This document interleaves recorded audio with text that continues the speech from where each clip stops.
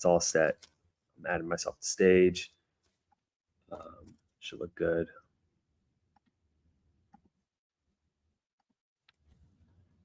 Don't see it popping up. Let's see here.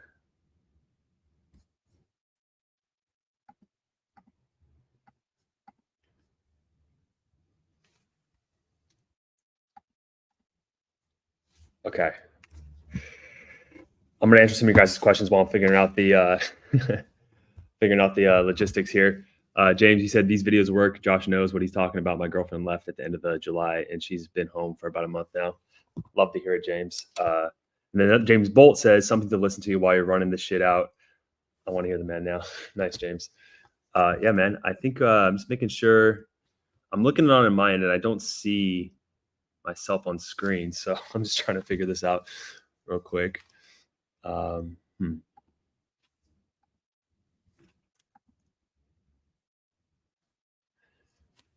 That's interesting.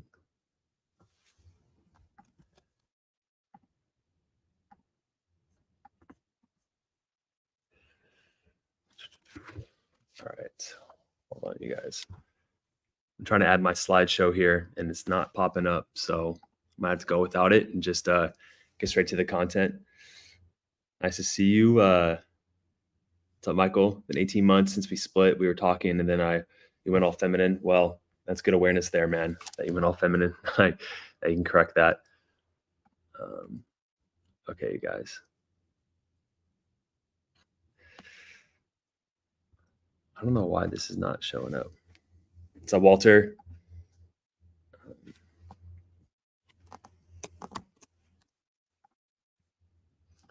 I'm going to get some technical difficulties here, you guys.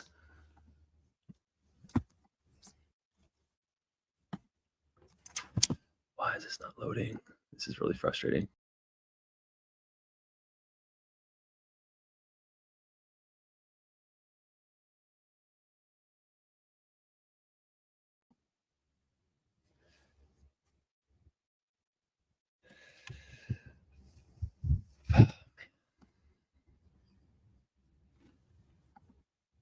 You guys can hear me, right?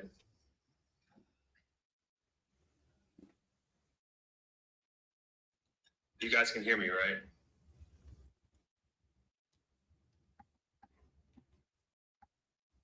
You guys can hear me, right? Okay, cool.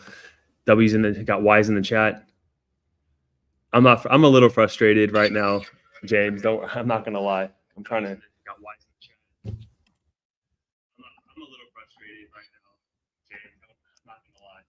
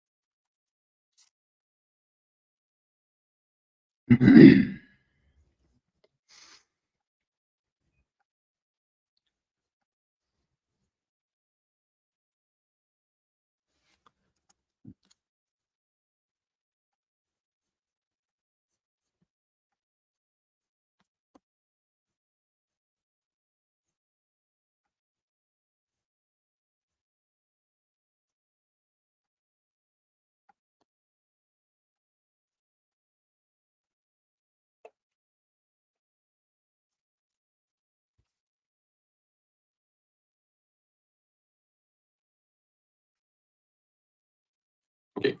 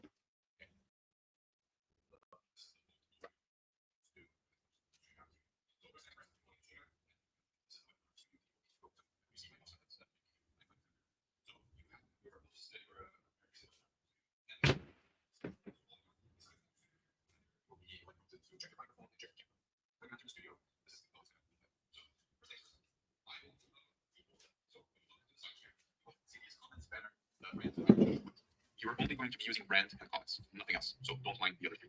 For the brand part, you will have to go into here. And I added one logo, so it's up here on top right of the screen. If you don't want it, or if it overlaps with something that is appearing inside of the slides, you can just click on it and it will disappear. But I'll leave it up for now. Also, if you scroll down here, you will see. There we go, you guys. Unless you're when you're not your camera. Figured it out. we're rocking and rolling. Okay, here we go. Here we go. Excellent.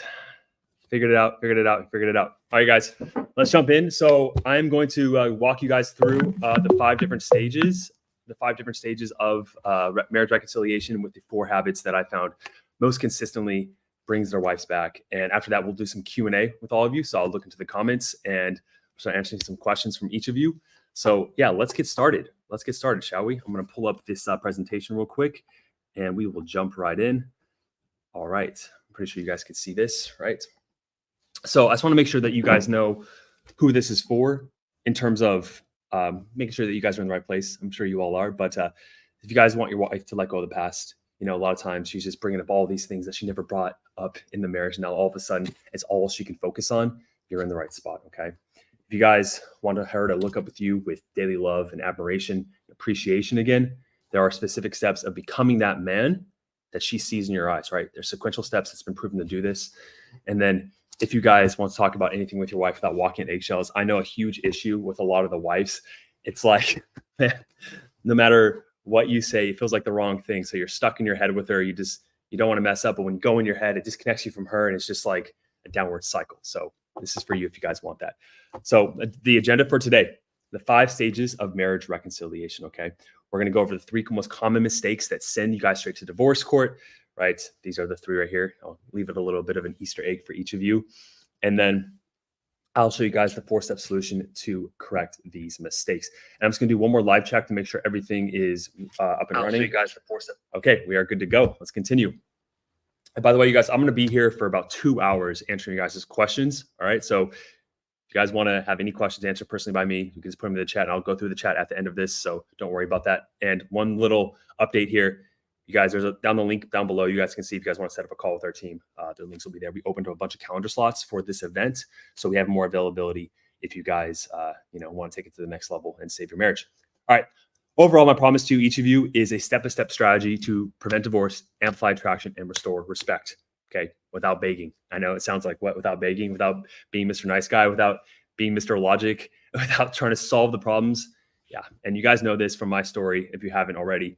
I'm a licensed therapist. I've been doing this for over a decade at this point. And when I first started off, man, I was beating my head over a rock. Like the hardest sessions I would ever have with clients. I worked with a room full of drug addicts, right? People who were domestic violence. I worked with sex offenders. I worked with guys who were violent offenders. I worked with children with autism. I worked with all the range of gambit of all the different populations. And by far the hardest to work with was couples. Can you imagine that?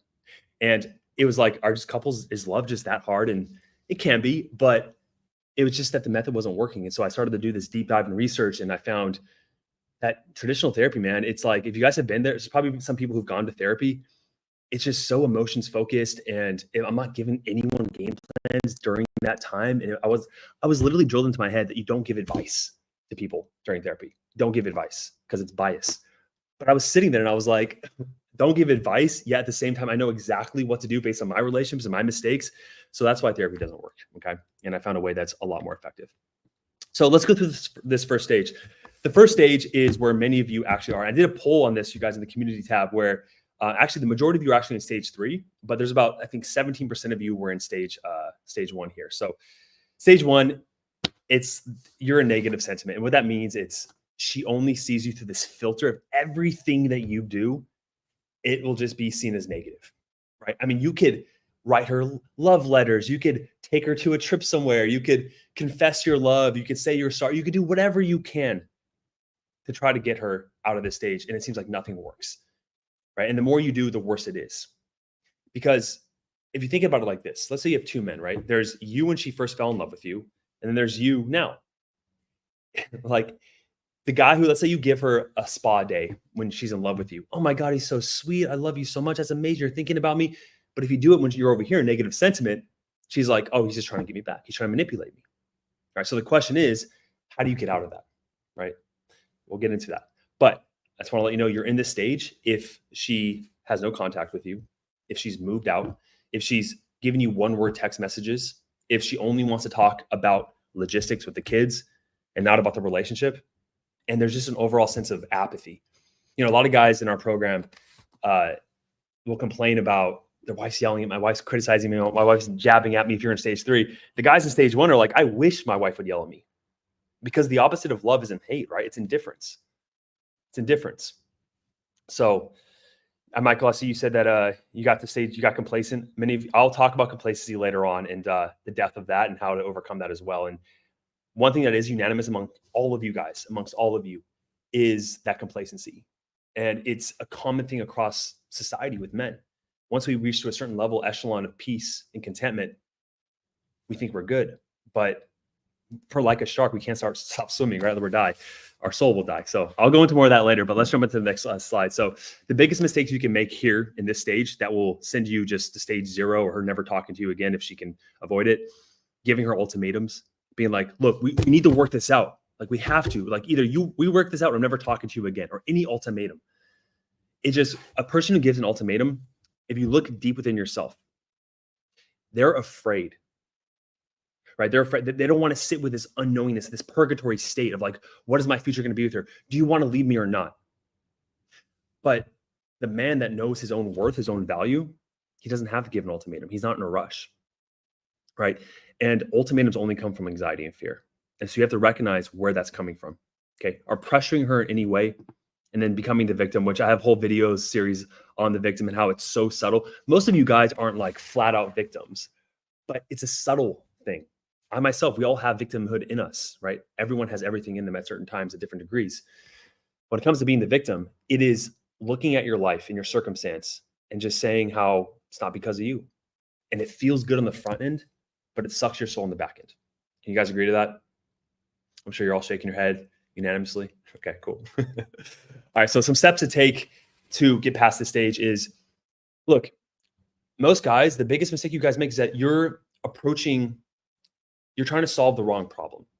And it's not your fault, because if you ask your wife, she's going to give you reasons why she's pulling away, but she's not conscious of the true reasons. You're not conscious of it. It's just like this underlying thing that's sitting there, and you're trying to I talk about the roots in the trees all the time, you guys. You're trying to cut off these branches, hoping that it's going to completely change the tree. But you have to uproot the whole thing, but the roots are buried underneath, as you don't see what's going on. And so this is why you hear stories of guys. This is the story I've told so many times, but if you're new to it, one of the first private clients I ever worked with through this program, my ERM method, he was like, Josh, I need to know why she's pulling away. She's a fearful avoidant, and she just won't tell me. I just need to know why. Okay. And I was telling him, it doesn't matter. He didn't listen to me, because he went to her. He had a date with her. He was doing well. And he demanded he know why she didn't want to just get back together with him. And what happens is that, well, I'll tell you what she said first. She said, it's because you controlled this car radio. Like what? He was beating his head over a rock. What do you mean I controlled the car radio? That's why you're ending a 9-year marriage? Here's what happened in that scenario. When you ask your wife why she's doing this, she's going to feel her emotions, how she feels towards you. And then her brain is going to go to past times she felt unheard, unloved, whatever it is. And she's just going to say, what happened?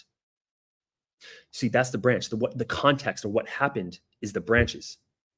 deep down, the car radio story, what it was really about was him having too much control, him not taking into account how she feels. There's underlying roots of that situation that I helped him understand. But you guys have to understand that too, because if you start cutting off these branches, trying to solve the problems, if you try to come home more from work because she complained that you weren't around, it's not going to fix it, okay? And the hardest thing for men to do in this stage is to give that space. Because everything inside of you screaming at yourself to like, I got to fix this. If I give her too much space, she's going to stop loving me. Like her feelings are going to fade. You have to understand, I was a dating coach for 10 plus years.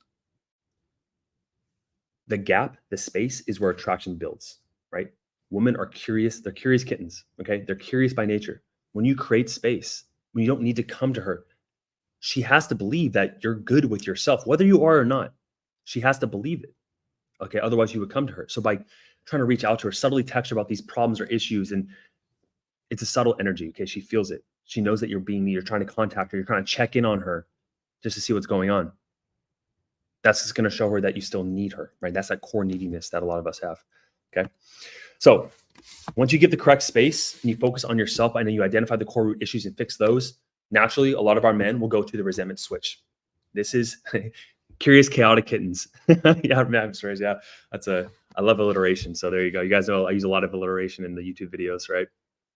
Okay. I'm gonna get to all your guys' comments at the end, by the way. There's a lot here. Keep them coming. It's gonna take me a while to get through them, but let's go to stage 2. Okay, the resentment switch. Okay. So the main sign that you are here is now that your wife goes from apathy to anger. Okay. She starts testing you in the macrosphere. Okay. We talk about tests on the channel a lot. A test is it's an unconscious process that women use to see if you are the man that's going to protect and provide for her, to make her feel safe. When you're in stage 2, her tests are centered around the whole relationship, not you, right? So it comes off in like, make these changes for the next woman, or stop trying to change. I know it's not real. But by doing that, she's questioning that it is. Okay, so as an example, I remember one of my dating coach clients, he was like, Josh, I went on a date with this woman, and the first thing she said to me was, we're not having sex. And I was like, I didn't need to have sex with her, but why would she say that? And I was like, because she's thinking of having sex with you. You see what I mean? So the fact that she's saying, you're not going to make these changes, make them for the next woman. She's starting to think that it is possible that you're making them. She sees your changes. So see the test for what it is. And the only way you guys can tell, I have beautiful testing videos on the channel. You guys can check them out. Type in marriage reset testing or tests. But the only way you can fail the test is by falling into her frame, is by arguing with her, trying to prove you are right. If you are confident, if you don't need her, you don't need to prove that you do. You see what I mean? Does that make sense? Cool, guys. Awesome. I see some yeses popping up. Okay. So the biggest mistakes you can make here, you believe her tests. Look, the dual mind narrative we talk about is when you go back and forth with when she goes back and forth, right? One day she's saying, oh, let's go to this trip 2 weeks from now. Oh, by the way, here's the divorce papers. Oh, then one day, then she has sex with you the next week. Oh, I want to let you know that was the last time we're ever doing it. It's like, what do you want to believe is true? And so this comes into the idea of framing, which I have a lot of videos on the channel as well. A frame is the idea that you have your sense of reality perception of what you think is right, who you are and what you want. Your frame needs to be stronger than hers. Okay. And a subtle way this looks like with tests that you can pass them and not fail them is if she were to say something like, give up, make these changes for the next woman. There's a couple ways you could respond to it. You can just be like, okay, and just ignore it, right? Ignoring is by default a good way to pass it. But the other way is to use humor. And you and your wife have everyone has their special, unique relationship when it comes to humor. But when you take it lightly, if you agree and amplify, which looks like this, make these changes for the next woman. I'm going to make these changes for every single woman out there. I swear. No, it's like you're joking, right? You're making these changes for yourself. Okay. So whatever your ability to use humor with her test, that is showing the highest form of confidence, okay, that you've changed. It's a subtle and advanced technique, but once mastered, it diffuses all of her criticism and tests, okay? So some more steps to take. I'm going to tell you guys the story about the blind man. What subconsciously holds a lot of you back. I'm going to tell the story first. So if I went outside right now to get some coffee, right? And I got my nice black shirt on for the presentation, much like Joe Rogan when he's interviewing Trump, right? Got my black shirt on. And, it's not going to show a lot of stains, but if I was walking to the coffee shop and then I see this guy approaching me and he bumps into me and I spilled this hot coffee over my shirt, I get pissed off. I see him on the floor. I'm just going to have some choice words with him, but I see him searching around and he grabs these like giant black glasses and a walking cane. What's going to happen to me? My heart's going to soften, right? I'm like, this guy's blind. He didn't see me. And what holds a lot of men back, that creates self-sabotage, which means you get steps forward and then you ruin it, is that you haven't fully forgiven her. You have resentment, okay, for the things she's done. And I know she's betrayed you. I know she said things to you that have hurt you, disrespected you. But you have two choices when it comes to resentment. You can choose to hold on to it and protect yourself, which I understand that. But if your goal is to save your marriage, to win your wife back, you have to forgive her. And I see so many men, they say, oh yeah, I forgive her, Josh, I forgave her. Like, you've forgiven her when you have no negative emotional response when thinking about these past things that have hurt you. And I'm not saying it can happen automatically. For some men it does, but over time, you have to get to that place. Okay. Otherwise, subconsciously, you're going to protect her. You're going to push her away and she'll feel that. Okay. So I want to talk about that, is learning how to forgive. Okay. So then once you forgive, once you learn how to pass your test more consistently, you go into polarity pull, which is the third stage. So it's more of the dual mind narrative, but the tests are not in the macro about the relationship. The tests are more about your individual behavior, right? These are the things like just calling you out for not having congruency, right? Or not having integrity, or saying you're going to do one thing, but then you do another, or just like saying you're this type of guy. She's trying to paint you in a picture that isn't consistent with the way you see yourself. And most men will make the mistake of defending themselves. Just the other day, I remember one of the clients was like, my wife called me a liar, but like, I've only lied to her a couple times in our whole entire marriage, like twice. And she's pointing out those 2 times and she's neglecting the 100+ times I was truthful to her. Like, right. And, it's all perception, right? Like she perceives that right now. And you can choose to see her tests as her jabbing you, trying to beat you down, which a lot of men who repeat the same problems in their marriage from marriage to marriage. Or you could say, she's showing me parts of myself that I cannot see that I need to work on. The more I get into this, you guys, I'm starting to see that a woman's role in this world, there's many roles besides raising children, which is, beautiful. But she is designed here to make you your best self. The masculine, yourself, grows through challenge, doesn't it? Think about career, sports. Many of you play sports, military. You were challenged and then you grew. Your wife is just another form of challenge. She is showing you aspects of yourself that are not divine, that are from trauma, that are defensive, that are not taking responsibility. These core pillars I'm going to share with you. And you can choose to be angry and resentful and defend yourself and never grow, or put your ego aside, understand what she's saying. You don't have to completely agree with her. But if you lied a couple of times, there's a part of you that lies. That's what I told the client, right? There's a part of you that lies. We've all lied, right? So you look at yourself and say, why did you lie? Were you afraid of her reaction if you were to tell her the truth? Because for most men, that's what it is. And so that's what you need to work on, right? You present the truth out there and she can choose how to react how she wants. Of course, set boundaries around it. Maintain respect, insert your boundaries of how she talks to you. But you have to have an honest self-inventory. Women receive and amplify. She's an amplifying mirror. Right? She'll take parts of yourself and amplify it back, positive and negative. Okay. So start to see these tests for what they are. And when they come, instead of feeling anxious or unworthy or not good enough, disrespected, you see them as opportunities to connect, to prove that you are the man that she fell in love with. Can I get an amen? Okay, cool. So the biggest mistakes you can make here, self-sabotage. I already alluded to that a little bit. Some steps to take in this, I've already talked about the testing, but lead more and become unreactive. Be at the cause, not the effect. Okay, these are all synonymous. And so thank you for the amen, Michael. These are all synonymous. So man, it's crazy how when guys join our program, which the link down below if you guys want to set up a call, when guys join our program, for me, it's crazy, but like they say the biggest, most powerful thing that they do that is so simple, that shifts the dynamic immediately, is they stop reacting to her. All right, there's 3 responses that are negative with your wife when she criticizes or tests you. It's you want to defend, right? You yell back, right? You get emotional yourself, you leave, like, I can't deal with this. You just bounce or you shut down. Okay. We've all done this, right? We've all done this. And so being unreactive is, in the spiritual community, it's called holding space. But you let her say her emotional storm or whatever she's feeling. You look at her deeply in the eye. You have nothing going on in your head. You are meditating while you are listening to her. Nothing is going on. And you're not thinking how to respond to her. You're just understanding her. You're giving her nonverbal affirmation. And you let some time pass. Breathe deeply in your nose, out of your mouth. And what happens is that you get to choose a different response. One of my favorite quotes, I'm not going to get it verbatim, is from Viktor Frankl in The Man's Search for Meaning. He says, between every stimulus and response, there's a space. In that space lies our power to choose, right? And so what happens with a lot of men is, if you're reacting to her and you're feminine, it's like she says something, you feel, and then you act. It's like almost an addiction. An addiction is response and action immediately.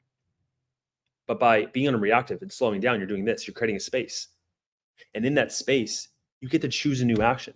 You don't get to latch onto the first thought and first emotion. And if consistently over time you're choosing new actions, you're going to get a new result. Okay? Being unreactive. And being at the cause, not the effect, is similar to this. So if you're falling into her frame, if you're becoming emotional, if you're believing what she says, if you're defending yourself, you are at the effect.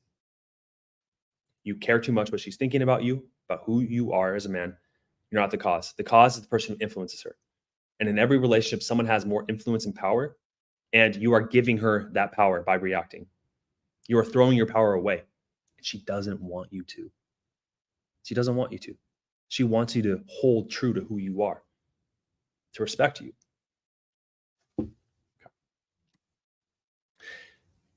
When we see men do this consistently enough, the wife, after passing her test consistently, just more safety and trust is built, and a natural byproduct is going to projected reality. Things are mostly back to normal, but there's still a few residual tests that'll come. Okay. And the biggest mistake, let me see if it goes here. The biggest mistake a lot of guys will make in this stage is falling apart or letting your shadow take over. I'll go over falling apart first, which is, a lot of guys are like, okay, cool, I got her back. She said she loves me again. She wants to work on the marriage. Things are great.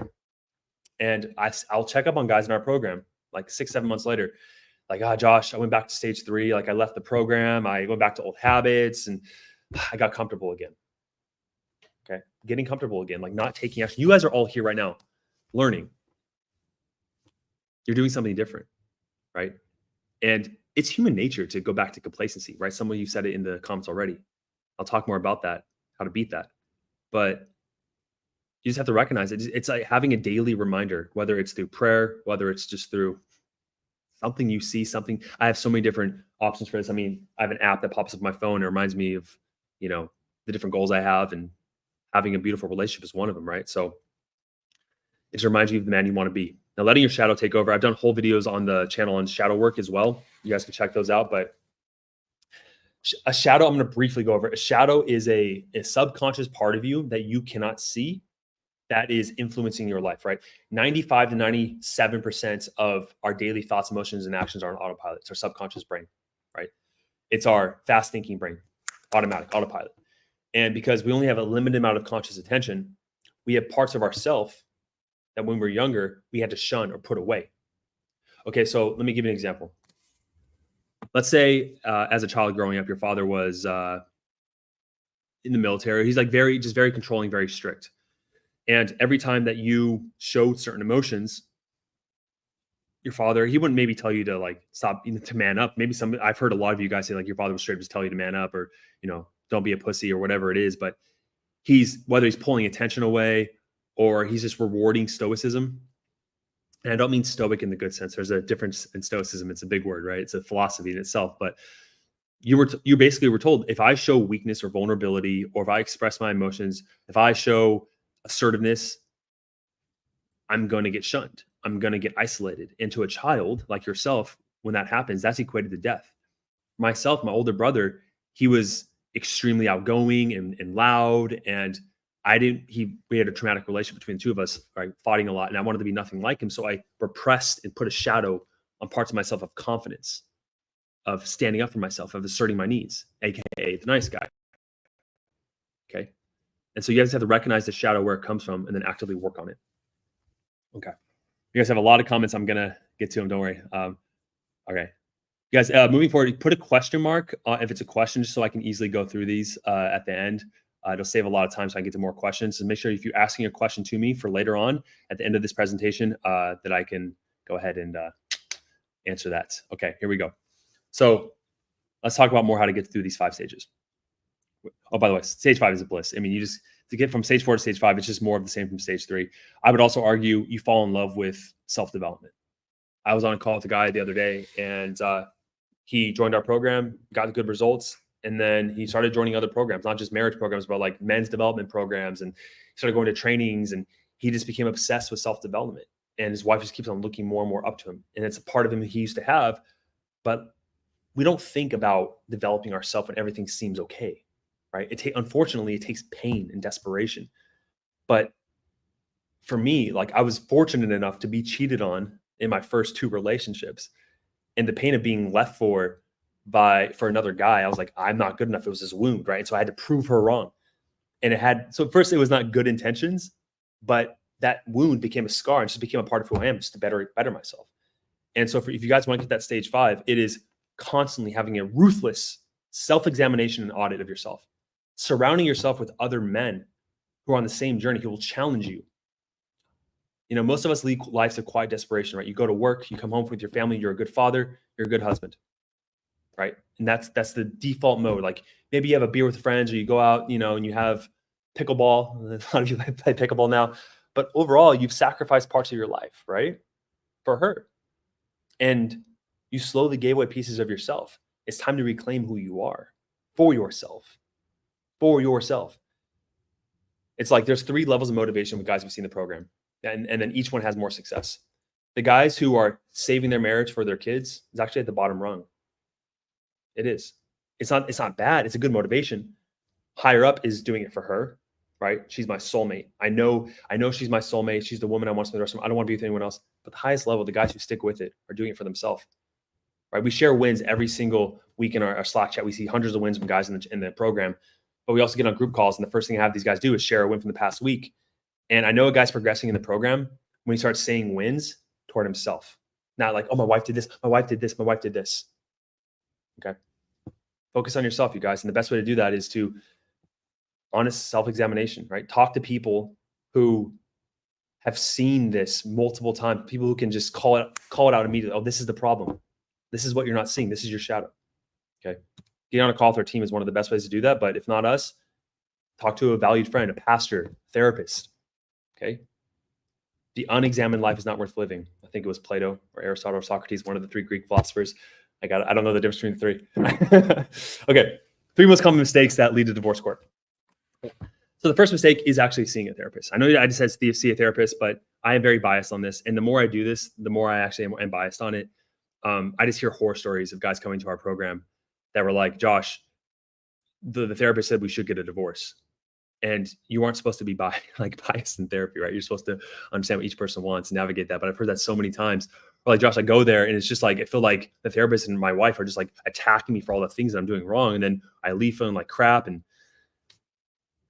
you know, it's a focus on the problems too. So when you focus on the problems, more problems grow. There's this famous clip from Joe Rogan talking to this female therapist. And it's crazy how the research only came out in like 2024, but there was a recent study she was talking about how the more you focus on problems as an individual, the more problems you actually have, because that's all you're looking at, right? So instead, we look at solutions here in Marriage Reset. We find the solutions. Yet you examine the problems a little bit to have those roots, like just quick symptoms, but then you immediately go to action. Right? You don't.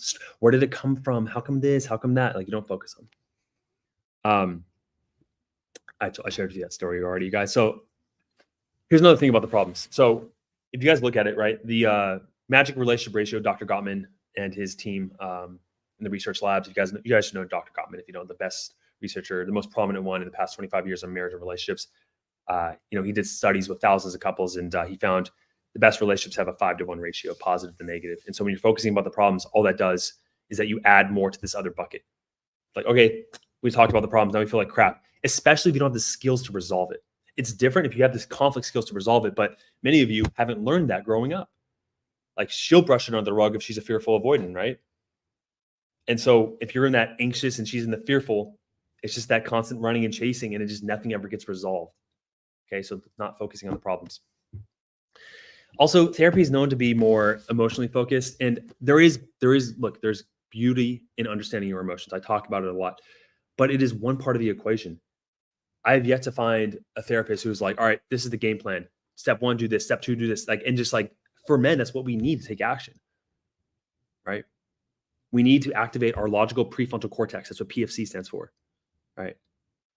Not Pennsylvania Fried Chicken, which, yeah, man, we need a game plan, right? We need to, otherwise we're going to sit there and be like, okay, cool. I understand my emotions. Now what? Like men are straight line, right? Where women are more dialogue, right? And connection. We have both qualities in ourselves, but as men, we need that direction. Okay. So women care more about connection, as I just said. But in order for a connection to occur, there must be a joining of emotional understanding. Therefore, most men fail to connect with their wives because when they try to fix their problems. So makes sense. One of the best, I think he's passed away. I'm not sure, don't quote me, but there's a guy who wrote a book called Nonviolent Communication, and Marshall Rosenberg, and he said solutions find themselves when connection occurs. So a lot of therapists, though, they'll find the connection a little bit, and then they won't give solutions, or they don't even have the connection at all because they just focus on the problems, right? It's like problem. So, all right. So let's skip by that. I mean, I can go through this more, you guys. I'll just kind of briefly touch on these two. Therapy tends to focus on the past. Most of the therapy modalities, not all of them, but most of them. Like, let's look at your mother and father, which helps a little bit. But if the whole session and sessions are focused just on your parents, it's good to know your attachment style, why it was, but that should be like an hour tops. Then you move on to something else, move towards the future, right? And then the thing here is, well, there's two things about time. Okay, I'll say about this. The first thing about therapy, which is interesting, is like you only see the therapist an hour a week. And I was like, why can't you see, like, where did that come from? How come it's only an hour a week? If you were your guys' marriage is going through a traumatic illness, like you need like, and then you go to the doctor 1 hour a week, and then he prescribes you maybe like no medicine because there's no solutions. Go read this book.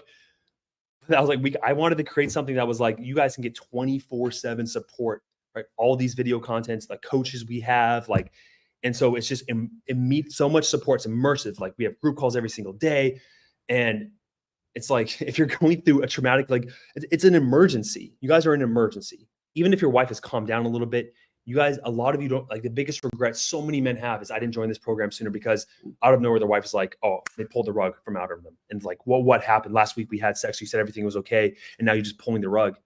It's like a ticking time bomb underneath. And so if you guys are recognizing these symptoms for pulling away a little bit, right, going on girls trips, right, losing weight, buying new clothes, she's preparing. Okay, even if she acts like everything is okay. So time is of the essence. That's what therapy doesn't address as well. Okay. Second mistake, most men don't make changes until it's too late. And I kind of just alluded to this a little bit.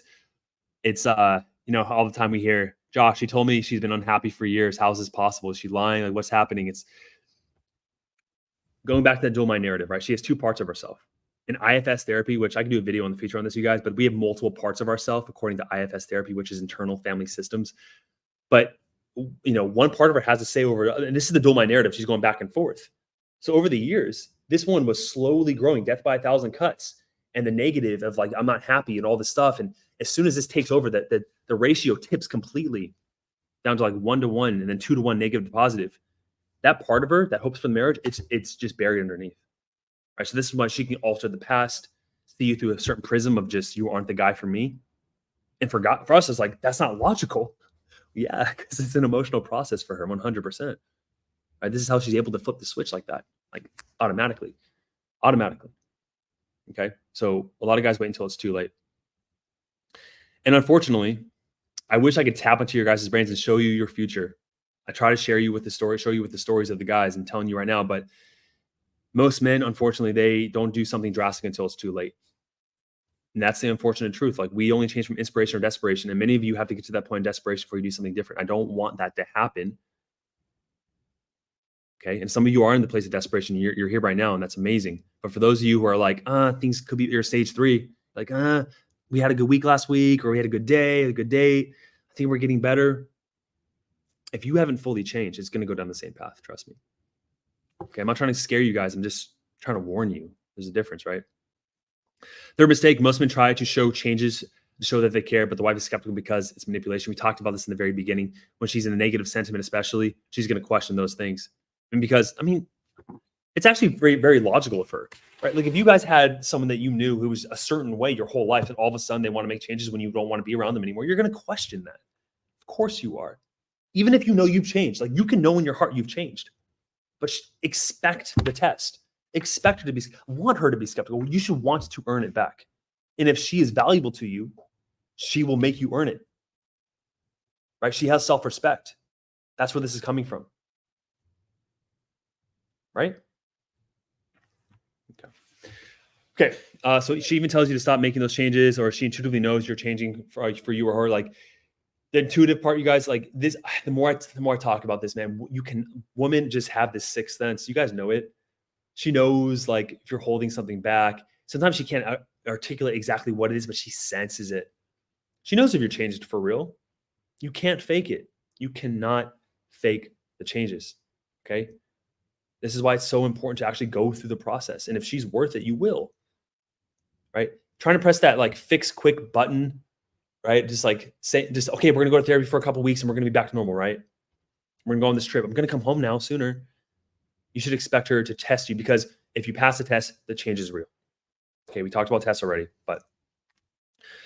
and the last thing I'll say that will help you kind of lean more into the proven changes is not doing it for the outcome. One of my favorite quotes of all time, I would get it tattooed on me if it wasn't so long, is by Zig Ziglar, I believe. He said, it's not what you get by achieving your goals, but who you become in the process. And if you're focused on getting the thing, if you're focused on getting the money for your job, if you're focused on just getting her back, it's not you really changing. But if you can fall in love, like I said, with the process of self-discovery, challenging yourself, going toward fear, becoming that apex man we talk about, nothing will veer you off course. And that is the most sexy thing. Knowing who you are and what you want. Two of the hardest questions to answer in our life, right? But as a man, once you can figure that out, you're unstoppable. She comes right back to you like, I want my wife, but I don't need her, right? Let's jump into some solutions, shall we? Okay, then we'll get to some Q&A. Remember, just a little quick before we continue, just two things. Make sure you put a question mark. If you're putting in a comment, if you want your questions answered, because I got to scroll through all of these. And then next time I'll have an assistant with me, someone on our team, so I can kind of read these questions for me. So make sure you do that. And then last thing, if you guys want to set up a call with our team, click the link down below. We opened up some more slots this week for each of you. Okay, let's go. So we talked about being the cause, not the effect. Let's go a little bit more deeper into it. So I talked about framing a little bit, right? Where in any interaction, there's always one person who has more influence and more power. You talk about boss to employee, you talk about child to parent, right? Someone has a little bit more power and influence. And when you are in this anxious state, there is a way to get out of it, okay? And once you change your state, you change your perception of things, and how you feel dictates who you are and how you act, okay? So one of the best ways to do this is to actually lean into extreme ownership. Anyone read Jocko Willink? I love that book. It's an amazing book. I remember the first time I was reading it, crazy story, you guys. I was back in college, actually. It was that long ago. And I think the book's like 12 years old. And I was reading the book, and I went on a trip to Thailand without even telling my employer. And I was like, I'm going to get fired when I get back. And I emailed them and said what I did. And I get back there, and I was like, at first I was going to make some excuses, like, well, you guys don't have an SOP on taking time off and like all this stuff. And you guys got to cover it. I was going to make all these excuses, but I was expecting to go in there, into the CEO of the company. I wanted to have a meeting with me. And I was like, you know what? It is my fault. I'm going to own up everything. He's probably going to fire me. I get in there, sit down. He's like, dude, what happened? Like all this stuff. And I was like, it's my fault. I should have done this. I should have done that. And I didn't. And it's not going to happen again. He's like, okay, better not. And that was it. Like I built it up in my head. Like, but if I defended myself, if I didn't take 100% accountability, he would have leaned into firing me. I guarantee it. I guarantee it. Okay. So Jocko says, leaders must own everything in the world. There is no one else to blame. Okay. So 2 men. We have the effect man. If the wife gives the divorce papers as an example, the guy will say, well, she's trying to ruin our family, or she doesn't care about me. She doesn't care about the relationship. She's not honoring our marriage, right? Or it's because she just has all this trauma, and like, her first marriage or first relationship, whatever, it was the same exact time frame where she broke up with it. It's not about you. The cause man says, this is due to me not being present over the years, or this is due to me enter the root cause. And what's the difference here, you guys? If we go to extremes to prove the point, the effect man, none of you are extremely on this point, but this guy, he's the guy that comments on videos saying like, just leave her, bro. Just leave her. Like, women are this, women are that, taking zero accountability. That guy goes into the next marriage. If he even does get in a relationship, repeats the same process. It's sad to see. But the man takes full ownership. It hurts up front. It hurts to be like, this is on me. It's painful. Let's not lie about it. But the long term, you get to improve yourself. You get to have self-respect. When you look in the mirror, you can't lie to yourself. Dr. Peterson talks about it. It's like his first rule in the 12 rules, right? But don't lie to others, or most importantly, don't lie to yourself, or something like that. It's about not lying, okay? And so taking ownership is the first part of that. Example 2, the wife moves out. Oh no, it's ruined. She's going to forget about me, all these things, right? Not being growth oriented. And man 2 says, what a great opportunity to focus on myself. And when she sees me again, I'll be a different person. I know this may seem hard for you guys, some of you to fully grasp, but I got on calls with some of these guys who practice these values more than I do. Like, props to them. I've had some men be like, Josh, I needed this. I needed her to give me the papers. I needed a wake-up call. And I'm glad. I thanked her for it. It's like, damn. I was like, dude, I admire those men. Like, holy crap. Right. And I remember with this guy too, I remember getting on calls where the wife owned up finally to the things she did, and she's sorry. And the husband said, nope, that's on me. He didn't even let his wife take responsibility for it. These are all ideals to strive for, you guys. Okay, self-awareness. So the next one, like we talked about, roots and branches. So if the wife gets angry because you didn't listen to her, the effect man says she is so emotional, insecure about her past with her parents and trauma and all this stuff. Like, why is she so reactive? Like, she should be calm. Okay. She shouldn't be this way. You're shooting all over her. It's a CBT term, shooting all over her. The cause man says, sometimes I can be distracted. And someone did that to me, I would probably react the same way, showing empathy. Okay. And at the end of the day, with these three, you guys, what it all is putting your ego aside a little bit. Like, you can have a solid sense of self, but the apex man, he's not like flimsy or weak man, doesn't know his boundaries. Like, he's not, there's nothing to hold on to. I talk about the bird cage versus the bird nest, right? This guy has no bird nest at all. She doesn't feel safe with this guy because there's nowhere to land. The other guy who's like defends himself all the time, tries to control her, that's the bird cage, right? She's, of course, the little birdie. She's from a kitten, now she's a bird. But the apex man has that nest. He says, okay, this is who I am. I know my boundaries. I know my values. This is my frame. But it can be moved a little bit. I understand. I take criticism. I take feedback. I can build myself back up. Like, oh, there's parts of me here that are falling apart. You see? It gives you silent power to be flexible in who you are. And remember, the core of this is that she's trying to show you to be a better man. Okay? With every criticism, there's a request in disguise. Okay, number 4, solutions-focused mindset. So versus problem-focused. So if the wife states how she doesn't feel connected or cared for anymore, and she's losing love, effect man will say, "Oh no, she's falling for someone else. Oh my God, I'm not good enough. All this stuff. She's probably with someone. You're gonna go snoop on her phone, and she catches you, and then we've seen it a lot." The cause man says, "What a great opportunity to make her fall back in love with me even deeper. I'm up to the challenge." You want to talk about healthy masculinity? You see the challenge for what it is, and you rise up to the occasion, don't you? You don't fall and crumble. It's an eagle's nest, Mr. A's. I like that, man. I'll take that. Number 5 is emotional resilience. So if the wife says, "You're not the man I married. You don't care about me like you used to anymore." Test, right? Macro test. Kind of a micro and a macro. The effect man says, "What are you talking about? I still love you. How could you say that? You're being ridiculous. Last week, I gave you flowers. We went on a date. We're going on a trip soon." Defend, trying to prove yourself. Cause man goes, sees the pain under the anger, because that's all anger is, right? It's masking the pain, and reflects back what she says using validation statements. Okay, we have videos on how to do that, word per word, if you guys need that on the channel. Okay. That's emotional resilience. We talked about the stimulus and the response, right? The apex man is conscious. That's what a conscious man is. He's not reactive, right? He's not at the effect of things. He's not he's not a leaf in the wind, excuse me. He's not a leaf in the wind, right? We talked about the shore and the ocean metaphor. It's another good metaphor to talk about stability emotionally. The confident apex man has strong sense of shore. He's unreactive. Like whether she's brushing up against him or she's smacking into him in her feminine ocean and in her waves of emotions, he's stable, right? Not stable shutting down, but opening up, opening his heart even more, leaning into her even when she's angry. Okay. A lot of you, that's the hardest skill, man. Like when she's happy with you, you are on cloud nine. Not life is perfect. When she's dancing, she's smiling, she's feminine. But if she's in her dark moods and you cower, right? She doesn't feel safe with you. Right. You need to be that short. Okay, point number 2. You got to find your why. Okay, I've been leaning into this one a lot more. So let me share with you a little study first. I'm rereading this book by Dr. Alex Lickerman called The Undefeated Mind. Okay. I first read this book when I was going through the darkest moment of my life.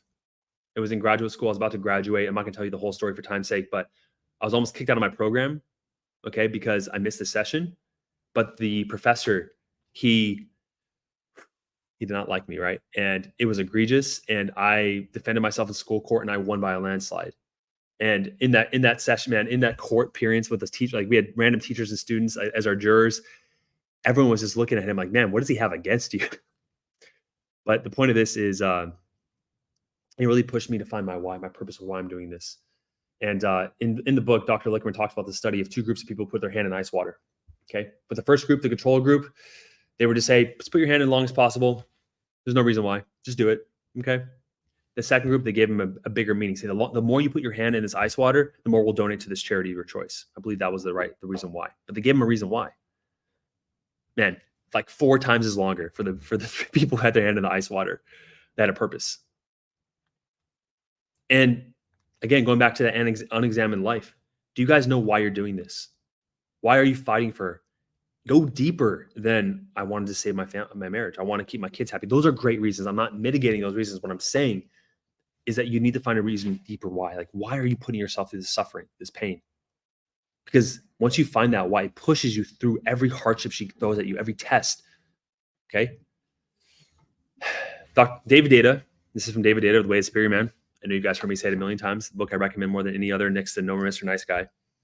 He says, every man knows his highest purpose in life cannot be reduced to any particular relationship. If a man prioritizes his relationship over his highest purpose, he weakens himself, disserves the universe, and cheats his woman of an authentic man who can offer his full, undivided presence.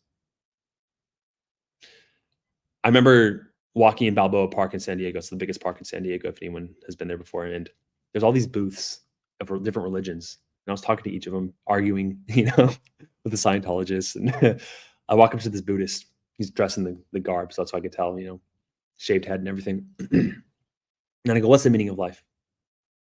He could have told me water is wet, fire is hot. He goes, and it would have had the same truth. But he said, we're here to serve others. It's like, damn. Okay. Like that makes sense. I think we're here for many reasons, but I think that's one of them. And I think as men, we talked about how she's pushing you to be a better man. You are here in your masculine to find your internal value as a man and give those gifts to others in the world.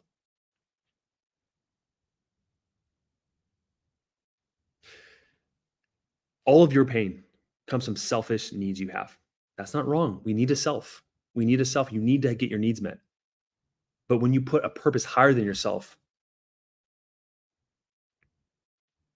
you become bulletproof emotionally to her, to others. And ambition is the sexiest thing, striving towards something. Okay. Many of you have that with your career, and it is a blessing, and I'm glad for that. But a lot of you reached a certain mountain, and we have more than one purpose in life. If you're wondering that, we do. David Data says this. A lot of you reached your top mountain already once. You got to the peak, you got married, you had kids, and you went through the motions, right? If you guys believe this or not, I'm not going to push religion on you, and my religious beliefs are constantly evolving, but why is God putting you through this? That's for you to talk to him about. But I know for doing this for a while, it's often called for you to grow yourself, right? He's breaking you down to build something even greater. Okay. So purpose also creates direction, right? You want to be that captain of your ship. You can't just be floating in the water. Okay. Otherwise, you're going to land into the storm. The water's going to float you somewhere you don't even know where you're going to go. So, we talked about motivation and hard times. So I talked about Viktor Frankl, Holocaust survivor. He says, in some ways, suffering ceases to be suffering at the moment it finds a meaning, such as the meaning of a sacrifice. Okay. I was going to show you this clip, but Dr. Peterson essentially says that a lot of men right now, depression's at an all-time high for men, suicide, we're lacking meaning. It's never been easier just to be complacent in life, right? You go to your job that pays you enough and you come home and there's like, where's your goals? What are you doing? Why are you doing this? Right. And what that combats more than anything is one of the biggest issues a lot of men have, which is focusing on their wife too much.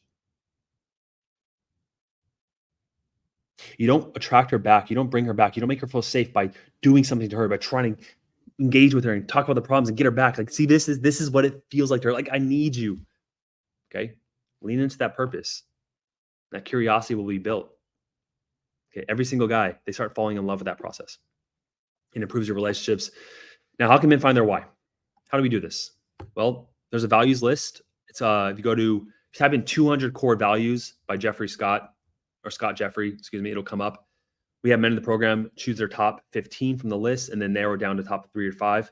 And I have it on my background on my computer. I see it every single day. It enters my subconscious. I'm a confident, compassionate, disciplined man. Confident, compassionate, disciplined. 3 core values I live by. Okay. Pick yours, know them.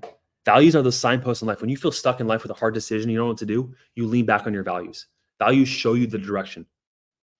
Okay. Values show you where to go because it's who you are. Right.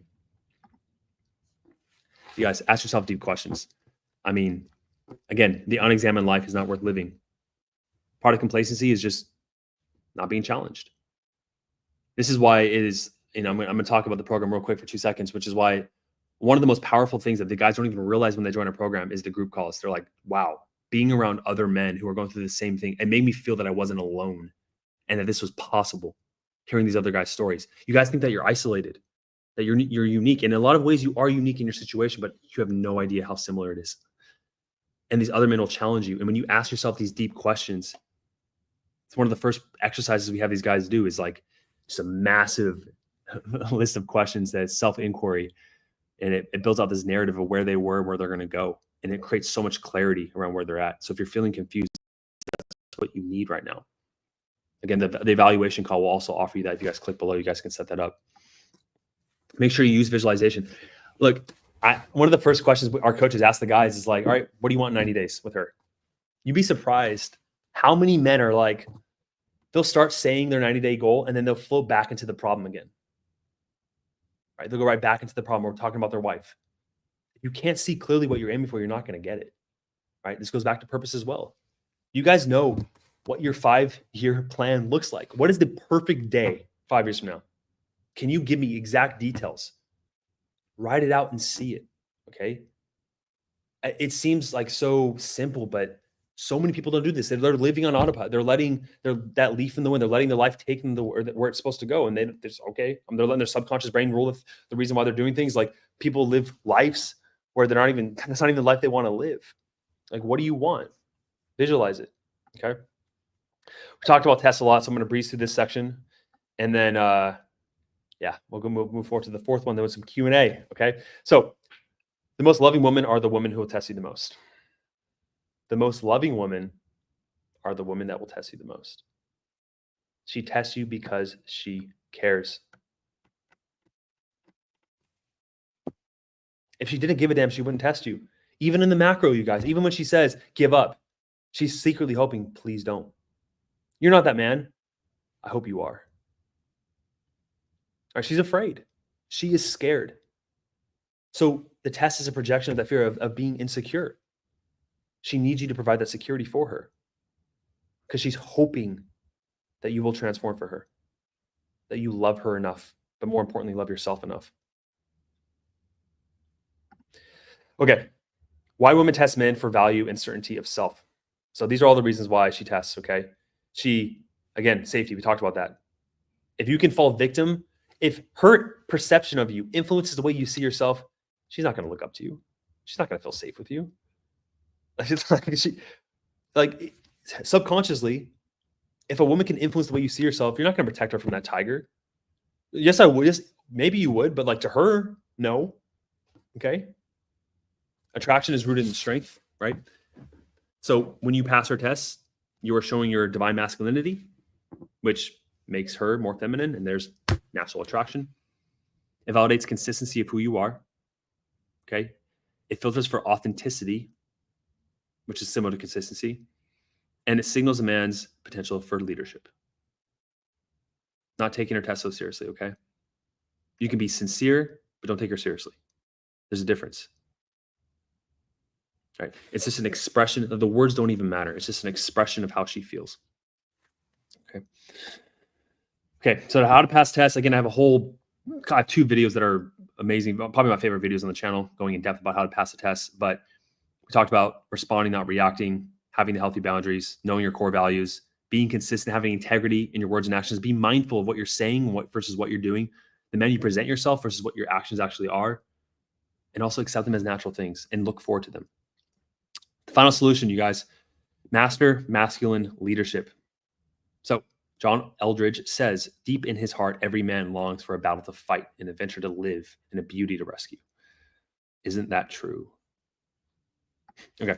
Her biggest need is emotional safety. We talked about this a lot. I'm going to repeat it a lot. And throughout every video, you guys probably heard me say it ad nauseum. But if you see her through this lens, of every complaint she has, every pulling away from you is because she doesn't feel safe because of your actions. You get to the roots a lot faster, right? It's like the process down to the roots is seeing, oh, she didn't feel safe because I wasn't leading her, or being inconsistent makes her not feel safe, or defending myself, or reacting. It all makes her not feel safe. Okay.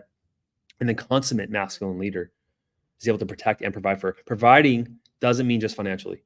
That is one small component. Providing means holding that space like we talked about, right?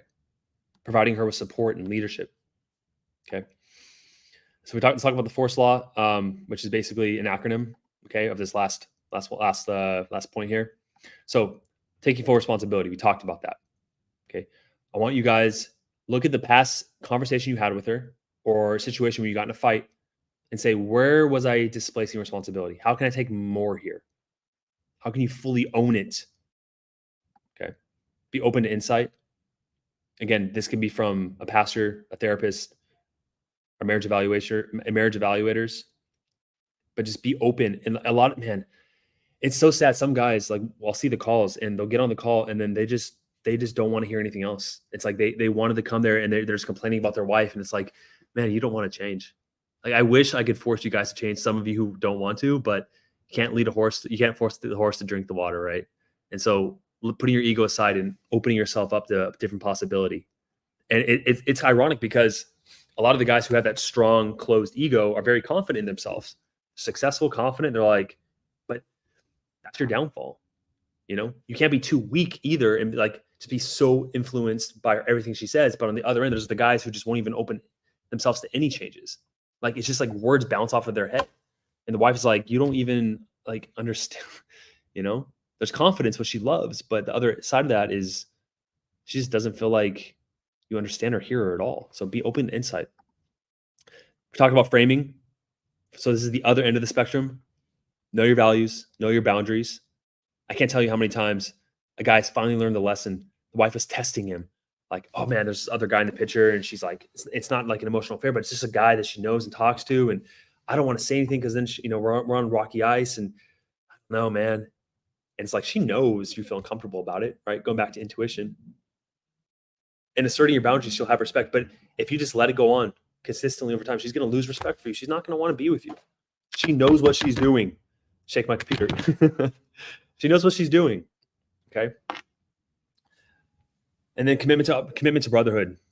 Again, doesn't have to be through our community, but you're not going to grow if you're not challenged. I'm a part of many masterminds of other guys. Some are business masterminds, some are self-development masterminds. And I'm constantly just being told what I'm doing wrong, right? Or how people view me. And it hurts. I'm not going to lie. I'm not going to sit here and be like, oh yeah, like I love it, right? It's like, no, it's like, oh damn, you see me that way? Like, oh, fuck, okay. Shit. I mean, one of the funniest exercises I do with guys in the program when we do like small cohorts of groups of guys is each of the men will play someone else. They'll get to know each other really well, and they'll act as the other person. You can see the little idiosyncrasies of how people view you, and it's very humbling. It's very humbling, but it's eye-opening, okay? Because you're like, man, like I didn't know you saw me that way. That's that shadow revealing itself. I recall one time and I was working with guys in domestic violence, right? And one of the guys, everything I said in the homework is just, no, you're wrong. Oh, I don't like this. He was always challenging it. So, knowing what I knew, I was like, he did it one time in group. And instead of me calling him out, I was like, hey, Derek, actually, guys, do you notice how Derek always challenges the homework? He's like, I don't do that. What are you talking about? Everyone unanimously was like, dude, yeah, you do. And he's like, what? And like, they brought up example after example, and it shifted. He was unaware of it. So being committed to brotherhood is able to show yourself that you are able to grow, right? Energetic initiative. This is the last one, man. This last one for the force, you guys. This E is just doing something different. It's doing something different, right? You're going to get the same result. Okay. Like take action. Like I know information is great. Like I love information. I'm an Audible junkie myself, but you got to start acting differently. Even if it's just one daily habit, even if it's just doing something different. Okay. All the information in the world won't change you if you don't take action on it. Okay. We're going to open this up now. Some Q&A, you guys. Thanks for sticking around. I'm going to scroll up to the very top. I'm going to start scrolling through these questions. There's a lot of comments.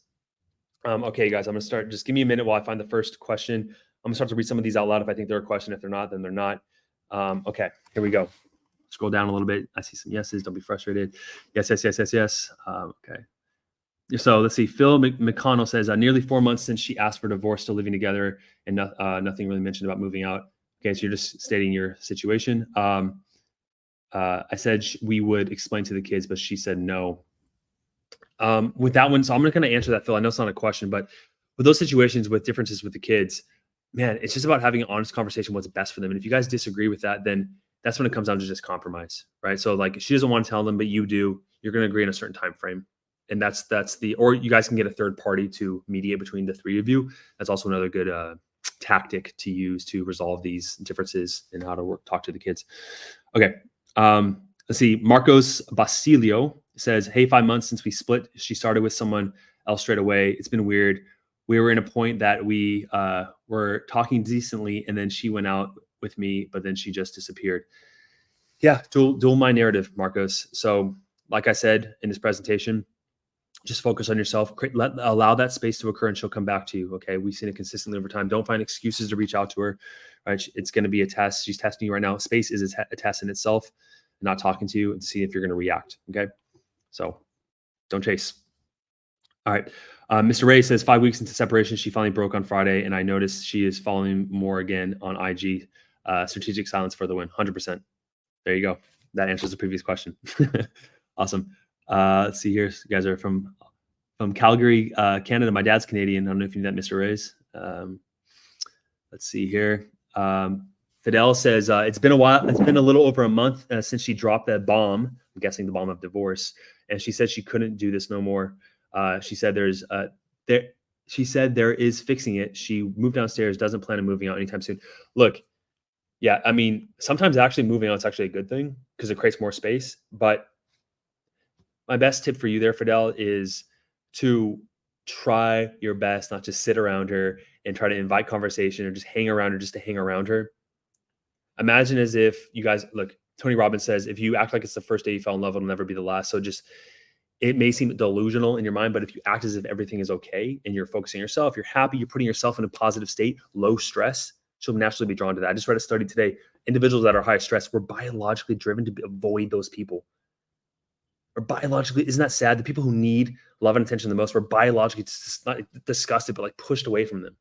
So when you really focus on yourself, become happy, set those goals, what's going to happen is she's going to feel that difference in you.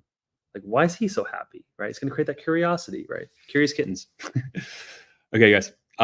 Disney Vid says, I watched your videos for a while. Awesome. Question is, why does the spouse finally give up? Like in the beginning, they are in the honeymoon stages to like, it's okay. Then they finally sideswiped. This refers to what I was talking about the dual mind narrative, right? Where it's like she has multiple parts of herself. There's the part of hope and love, right? It's going to work out. And then there's the other part of that pain, all that pain. And it's just over time, one finally takes over the other in the tipping scale. And so that's why it seems kind of out of the blue. So just following the same process I just laid out will be supportive to heal that. Okay. Is this recorded? Yes, Trenton, it is going to be recorded, so you can watch it later if you're not here. Matt Savas, I believe it is. Matt Savas says, I've been watching your videos for a little while, for over a year, before my wife said she felt we were disconnected and wanted to go to couples counseling. Long story short, we are now in counseling. Yeah, Matt, counseling can work. Just like I said, the reason why it doesn't work is all the reasons I laid out. So Matt, make sure you are asking for a game plan, or you're watching my videos and incorporating what I teach here as well, and making sure that you are not focusing too much on the past. Okay. I want you to guide those sessions. All right. It's really important. Okay. So Mr. Ray says, letters, I am gambling with seeing her at church on a given Sunday, no contact, right? So I'm not sure what you're asking here, but if you're asking if you should go to church when she's going to, if you naturally go already and it's not kind of out of the blue for you, I say you could still go and then just be super cordial with her, say hi, give her a hug, and then focus on why you're there. Okay. If she wants to talk to you, you can engage with her, but don't make it obvious that you're going there just to talk to her. She'll sense that. Okay. Okay. Michael Gilbert says, I had to let her go and she blocked me, and it's been 2 weeks now, and it has been the best thing for me to find me. I think you mean like the best thing for you. That's the positive mindset, Michael, that we're talking about, man. That's the right mindset to have, and making sure that you are. Look, a lot of these guys that join our program, I'm sure some of you are this, but a lot of these guys, they go through a physical transformation as well. Nothing showing else besides, you want to focus on in the internal, of course, but nothing more shows that you've changed than changing your own fitness in your body, right? Transforming who you are. If you guys don't work out consistently, man, like,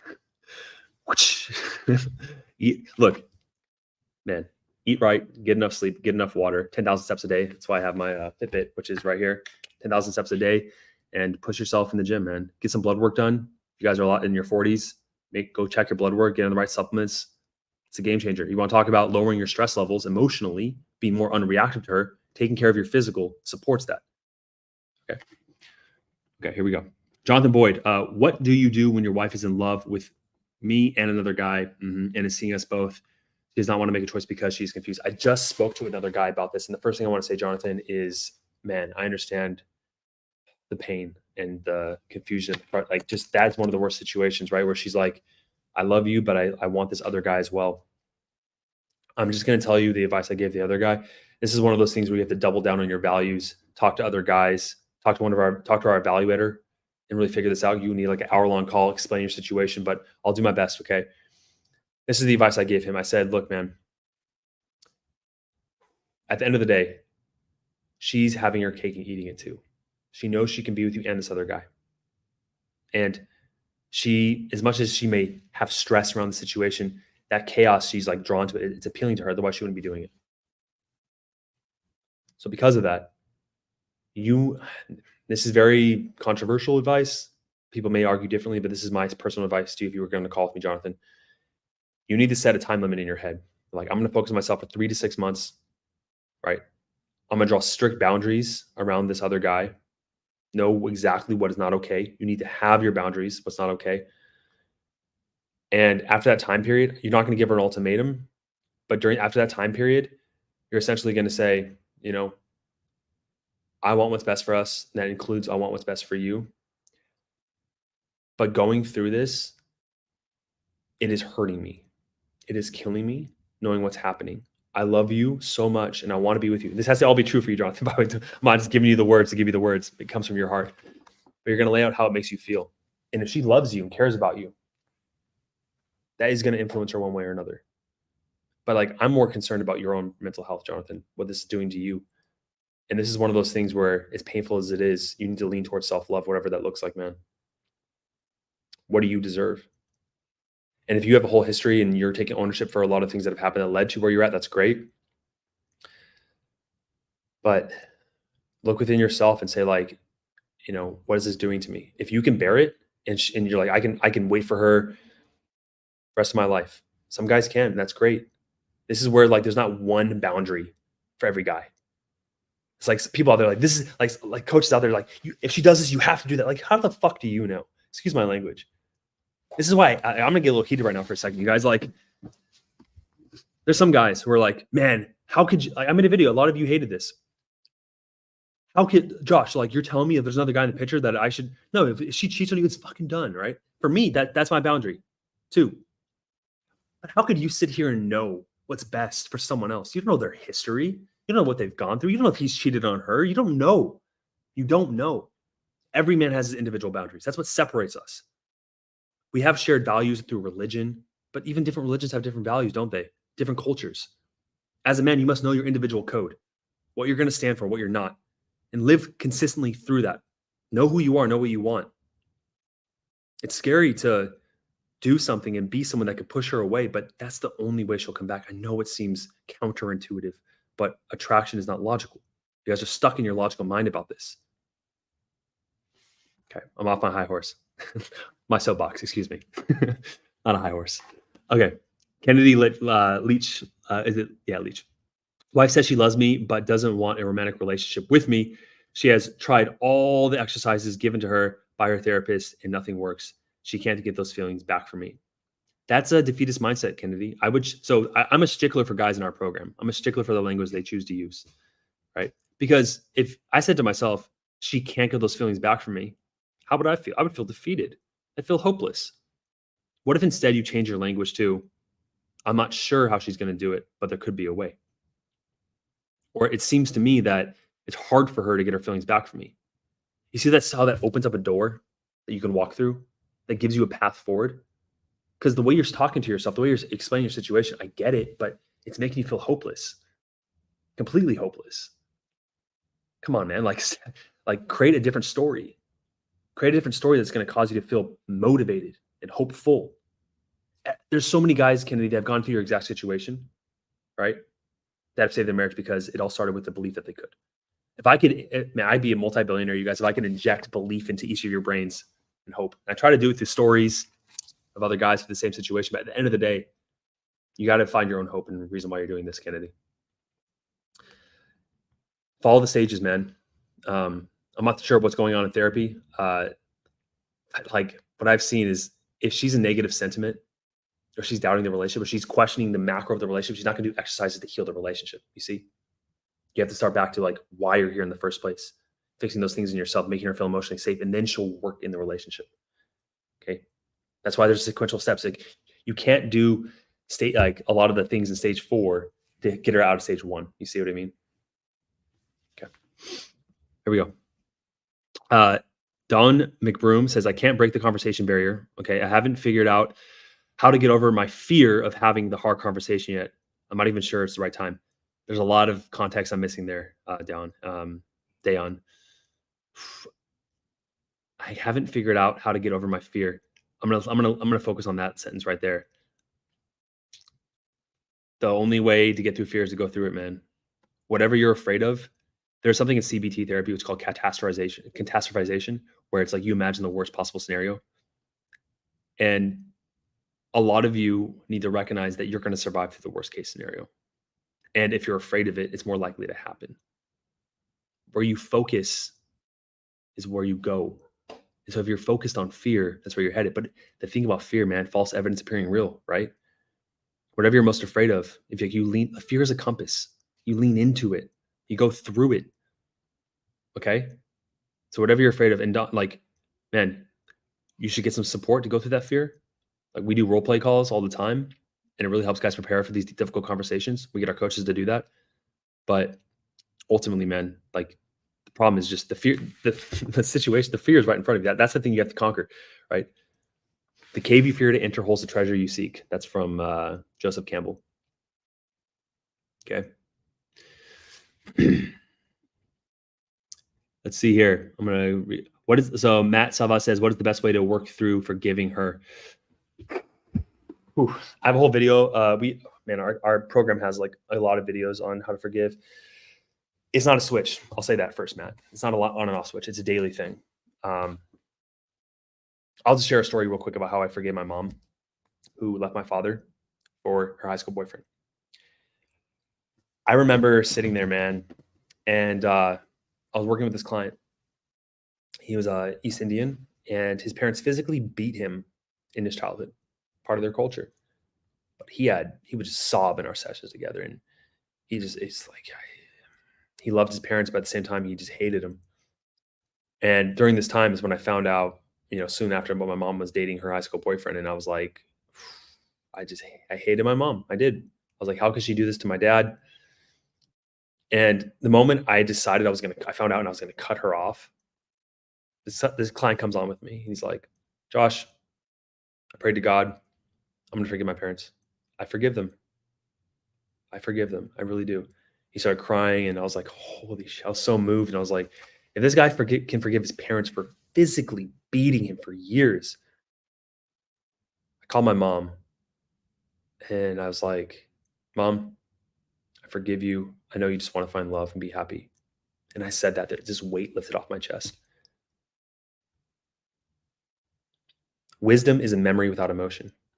You guys are seeking wisdom through forgiveness. It's about seeing what happened through a different lens, right? A miracle is a perception shift. That's all it is. Right now, you're holding resentment because she did it against you. She did it to you. My first partner who cheated on me, I could have been like, she did it to me because I wasn't good enough, or she's selfish, or she is bipolar, or whatever it is. Or I could be like, I mean, yeah, we were compatible. She was a teenager. I was a teenager. Like, she wasn't know what she was doing. I forgave her. It's a perception shift. It's not easy. Brandon, I'm crushing it right now, aren't I, guys? I'm doing pretty good. All right, guys, we're gonna go for like another 40 minutes. I'm trying to get to all your questions. Okay. Brandon says, how can I forgive or try to forgive when another forgiveness one? Hopefully I just answered your question. When we're still married and not legally separated and doing stuff with multiple men over the phone. I see it every day. Brandon, you got to set your boundaries, man. You got to set your boundaries. If this is killing you inside, you got to set your boundaries. It could be you moving out. If you have kids, I know how hard that is. But if she's not going to stop doing these things, and if you have a serious conversation with her, this is where you need that self-respect. Like I talk about not retreating you guys is one of the 3 ways in conversation, but I know sometimes if your wife is just going on a ramp and like you're using the right skills I teach you, you're holding space, you are reflecting and validating, but she's still going and nothing, she's just getting ramped up. If that happens to some of you, it is okay to go step out. Be like, hey, look, I want to work through this with you. I'm feeling overwhelmed. I need to go take a break. I'm going to go step out for like 10 minutes and walk around. And for you on the macro scale of this, Brandon, have that conversation with her, lay your boundaries, and if she doesn't respect it, you got to walk away, man. You got to step out. I know it's hard. Let's see a couple more comments here. T-Soul says, she's in resentment. She also seems to avoid me a lot. Okay, negative sentiment. Yep. There are times when she comes around and she makes these negative comments where she seems to be testing me from what you are saying. Yeah, it sounds like she's in a lot of pain, right? She's in negative sentiment. Negative sentiment, is apathy. She's in level 2 with you, it sounds like, T-Soul. Recognize where that's coming from. She's hurting. You let her down. I'm not trying to make you feel bad. But again, full ownership, extreme responsibility allows you to change. Understand where the pain's coming from. Learn the skills that we teach to reflect back how she feels. Make her feel heard. There are emotions she's expressing to you and reasons why. Reflect that back to her. Learn to do so in a non-robotic way, by the way. A lot of guys, they learn the skill and they're like, you feel blank because it's just like, it's robotic. But yeah, learn to hold that space and have the right nonverbals and actually care and like see her pain. Over time, she'll open up more and more and more and feel safer with you. It's going to take some time. But use those skills to make her feel safe about it. Okay. Cardinal 8487 says, I lead with chores. Okay. We don't date nor travel together. Part of me is giving space requested. That's not a question. So good. Let's see. James Bolt, you said the hardest part in the beginning is space and no contact. Good Lord. It's freaking tough. Good Lord. Just staring at a phone. How weak are we? Man, James, boom. Word police. Don't call yourself weak, man. I know it's like that's like there's like taking accountability and then there's beating yourself up, right? You made mistakes. We all make mistakes. Forgive yourself. Part of forgiveness isn't just hurt you guys. Forgive yourself. Right? Are you doing better than your father did? Many of you, it's yes. Okay? Give it like you're fallible. We sin, right? Forgive yourself. Dust yourself off. Okay, I fell. Where are you going to go, James? Where are you going to go, right? Lean into it. Be comfortable with yourself. Was it Claude? I mean, I'm a quote machine here. Claude Bernard Shaw, I think, said, man, I'm not going to get it exactly right. Now I'm going to cheat and look it up. Basically said, all the world's problems would be solved if man could sit in a room by himself alone for an hour. I think I got that right. Learn to be by yourself, man. A lot of you become dependent. I get it. Years and years with this woman. She is part of your life, part of you. Interdependence, knowing who you are, not sacrificing who you are. Okay. Know your values. The values exercise we talked about. Okay. T-Soul also said, is saying I love you and telling her things I love you mistake? No, yeah, it is for your situation, T-Soul. It seems manipulative. She knows you love her. She knows. And if she doesn't know, you don't have verbally is the least form of words of affirmation. I don't care. There's a hierarchy on showing love, in my opinion. I think Dr. Chapman is wrong on that. 5 love languages. Holding space for her, giving her just that one-on-one attention, and just like the divine presence, as David Data says, that's the best form of love. You know what the best form of loving her is loving yourself. I know it sounds cliche, but if you fully love yourself, you become the man that she just falls in love with, right? And there's that mutual love between the two of you. It all starts with yourself. Okay. Brad Schwartz, what's up, Brad? Here's where I struggle. I become very understanding and very interactive. Is it possible that she is not capable of coming through and working on it? This is a philosophical debate, Brad. And if you believe she's not capable, then you're less likely to be the man that makes it capable. It starts with your belief. If you believe it's capable or she is capable, then you will treat her in a way that makes her capable. Self-fulfilling prophecy. Okay. And as the man, if you are in your masculine frame, she's accepting of your influence, right? This is one of the stage 3 signs that you're in stage 3 is that she's accepting your influence, which means the things you say, she listens to you. You express your emotions, she understands. And you are leading, Brad. And if you have doubt if she can change, you're in reaction. You're not leading. You have to believe that you are. Because here's the thing.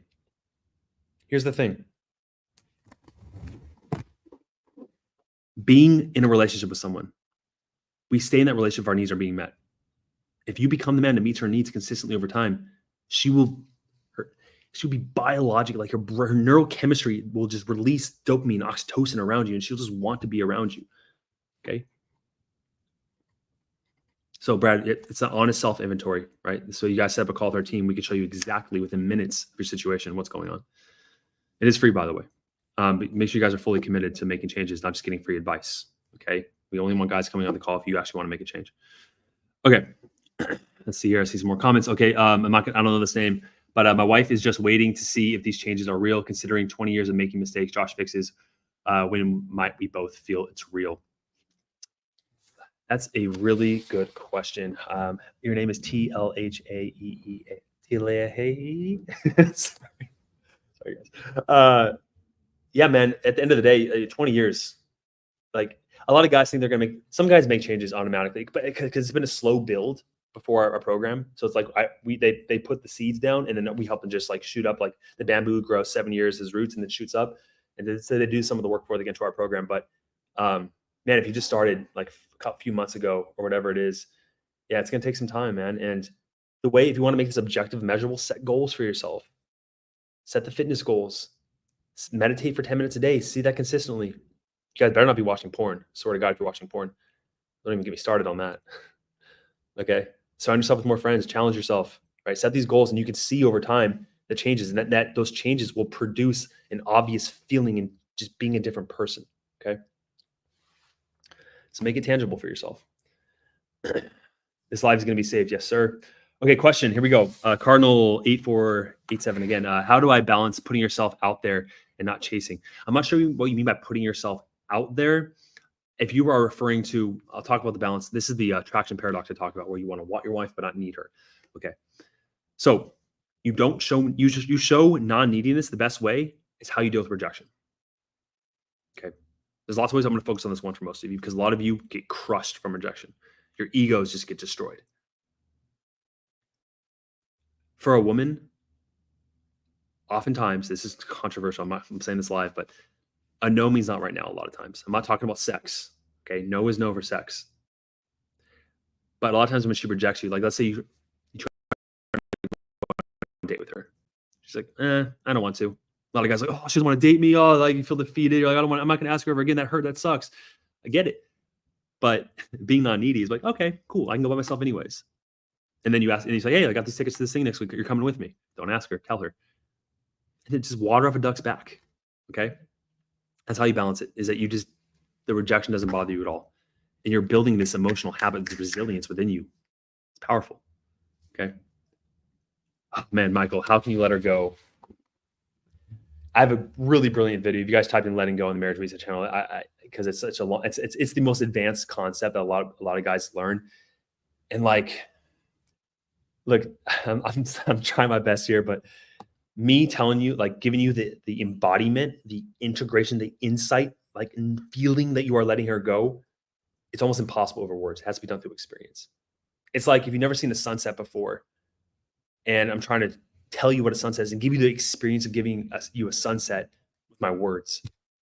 So the process of letting go is ultimately, I'll try my best, it's realizing that you're going to be okay without her. That's what it is. And like you can know it in here. You can know it in here. Longest path of learning, guys. Head to the heart. Once you can feel that I'll survive without her, I'll be good, but I still want her, you've achieved letting go. And for me, this took me multiple failed relationships, right? Going through the heartbreak. A lot of you guys, this is your first major heartbreak, like what you're going through with her, right? It's the first time. I had the fortunate opportunity to be traumatized in my first relationships. So I went through the process and I knew I was going to survive. It still hurt each time. Don't get me wrong. It hurt like hell, you know? But now I got to figure it out with the woman I'm with, but still. Okay. Let's see here, you guys. Ben, what's up, man? Josh, I've been separated for 4 months. You guys hear that loud? I'm in Miami right now. You guys hear it's like a loud car being obnoxious. You guys probably can't hear it, hopefully. Okay. You've been separated for 4 months. Wife acknowledged she sees me as the man. She started dating. We get along, but she insists she just wants to be friends. How do I get out of the friend zone? Oh, I love this question. First, I want to acknowledge that being friends is a good start. That's a good foundation because you have that emotional safety that you give her. She feels emotionally safe with you, which is like lean into and have gratitude for that. A lot of the guys here would wish their wife felt that way. Okay. What I've seen, Ben, with a lot of the guys who struggle with getting out of the friend zone, this goes back to my dating advice here as well, is you're not leading enough. You're not showing desire. You're not trying to flirt. You're not trying to sweep her off her feet. You're not leading, right? You have to, this is now where you go towards the risk of rejection. You plan dates. You touch her. You flirt with her. Respect her if she puts boundaries around that. But unless she says never touch me again, or don't ever try to flirt with me, you keep on just doing that process, right? A lot of the guys, it's like if you're afraid of rejection, man, you're like, again, you're gonna act, you're gonna be all like clumsy, and she's gonna reject it. She's like, oh, this is awkward. Okay. So for you, man, it's just like the rejection thing I said with the last guy. Like, go after what you want, right? She needs you to not care about her opinion of you. Like you can, if she's hurt, you take her feelings seriously. Okay. A lot of guys, they get confused with this. Take her feelings seriously, validate those feelings. But at the same time, go after what you fucking want, man. If you want her, show it, desire her, and then water off the duck's back if she rejects you. Okay. It's like, yeah, like go pick something that like you would do without her and then invite her along. Women love to go on adventures. That's what they say all the time. This means you are the captain. You're living your life. You're good without her. See how these are all interconnecting, you guys, all these concepts. And you're like, oh, I want to bring you with me. Hey, we're going to go and do this thing. Get ready at 7. I want you to be dressed this way. Oh, and then she says yes. And then she bails on you last second. She's testing, see how you react. Okay. Cardinal says, my therapist sucked. Yeah. Salem, what is up, man? How you doing, brother? I just want to say thank you for the program and support, and everyone watching this program has been the greatest part of my journey. It has truly helped me better myself. Thank you, Salem. Man, you're a pillar in the community. Dude, you guys, Salem is just, he's an OG. He's just an inspiration to so many guys in his story and just the embodiment of the apex male. So Salem, thank you for chiming in, brother. Okay. Joseph says, what do you do if you get served with divorce papers? I talked about this already, Joseph, so hopefully you heard that, but I'll repeat myself a little bit. They're just papers. You create the meaning of what those mean. You can have one guy saying, that's it, I'm giving up, it's done. Or thank you for showing me how much that you've been hurting and how much you have been in pain. You want to exit this, like, because it's hard for her. And if you guys didn't know this, I can find the study and I can put it in a video, but I think I've shared it a couple times. Women have been reported on this, that 40% of the time when they give papers, it's just a test. Like, they're not serious. It's just to show how much like they want to leave. 40%. It's crazy. Okay. And those are the ones that admitted it. So Raquel Munoz. Why does it feel like we have to put our feelings aside and allow our wives to walk all over us? Never said that. I'm going to go into this, Raquel. Let's figure this out. Marriage is a two-way. Why does it only focus on what we need to fix? Look, man, if I was working with women, I'd make them take full responsibility. I'm working with you. I'm not working with your wife. And as far as walking all over you, I never said to let her walk all over you. A lot of guys, I don't know why you guys get this twisted. It's a little frustrating. Maybe it's my fault. I'll take responsibility that I don't explain this enough, but like, let me make it crystal clear. Know your boundaries. Know what's acceptable. And then assert those boundaries. If she's talking to you, and by the way, passive assertion, aggressive assertion. You want the apex is in the middle, healthy assertion. So let's give an example. Your wife's talking to you. She's pissed off about something. And she says, I'm going to go pretty violent here. You're a piece of shit. Like, how could you do this? Like, you don't fucking listen to me, all this shit, right? Okay. Passive guy says, no, I didn't mean to do that. Okay. Or just like puts his head down. No, you don't want to be the passive guy. Sorry, passive guy's over here. No, absolutely not. Aggressive guy is like, hey, you don't talk to me that way. No, what the hell? And yell back at her. You say, hey, look, hey, I'm just let her finish if you want, right? She says, don't interrupt me. Some women say that. I get that. Look, I can tell you are fuming right now. And like, honestly, I am thankful that you're being honest. But at the same time, when you use that language, when you call me this piece of this, like, I can't take that. Like, that's not acceptable. I'm not going to accept that. That's not okay. So if you want, I want to have this conversation with you.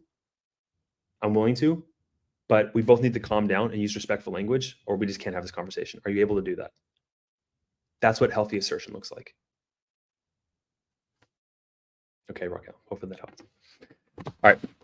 All is up outdoors. Have my kids for the weekend. I need to watch the replay. Yes, you will. GT Pro 700. My wife says she's 100% done. Heard that one before, but hasn't filed for our paperwork after months of saying there's no shot. Man, we have so many guys where it's like, yep, the wife keeps on telling me she's going to do it. She's going to file. And she hasn't because she's hopeful. GT Pro 700. Hopefully you're not AI. She's hopeful. If she wanted to do it, she would do it. What's holding her back? Hope. So see that. Lean into that. Walter, you say, she said I was not providing for 10 years and divorced me a year ago, and I want me and our family together. We talked, but she said it is over and I need to forget about her. 30 years, 3 kids. Yeah, Tess. Yeah, she's testing you in the macro, right? Also, we talked about this the whole replay. I don't want to repeat myself too much for the other guys here, but it's a test. And so let's go through the process we laid out. If you haven't watched the beginning of this, go through the 5 stages, set up a call with our team if you need more support. It's a test, okay? J. Jones, my mom's last name is Jones, by the way. We're maiden last name. Anyways, we signed, got the divorce papers notarized, but not much motion after that, and we still had sex. So you guys, even with the 5 stages, you can have like things all over the place. This is what we found consistently most over time was those 5 stages, but you see things like this all the time. And again, remember, dual mind narrative. It's up to you to feed the love in her, okay?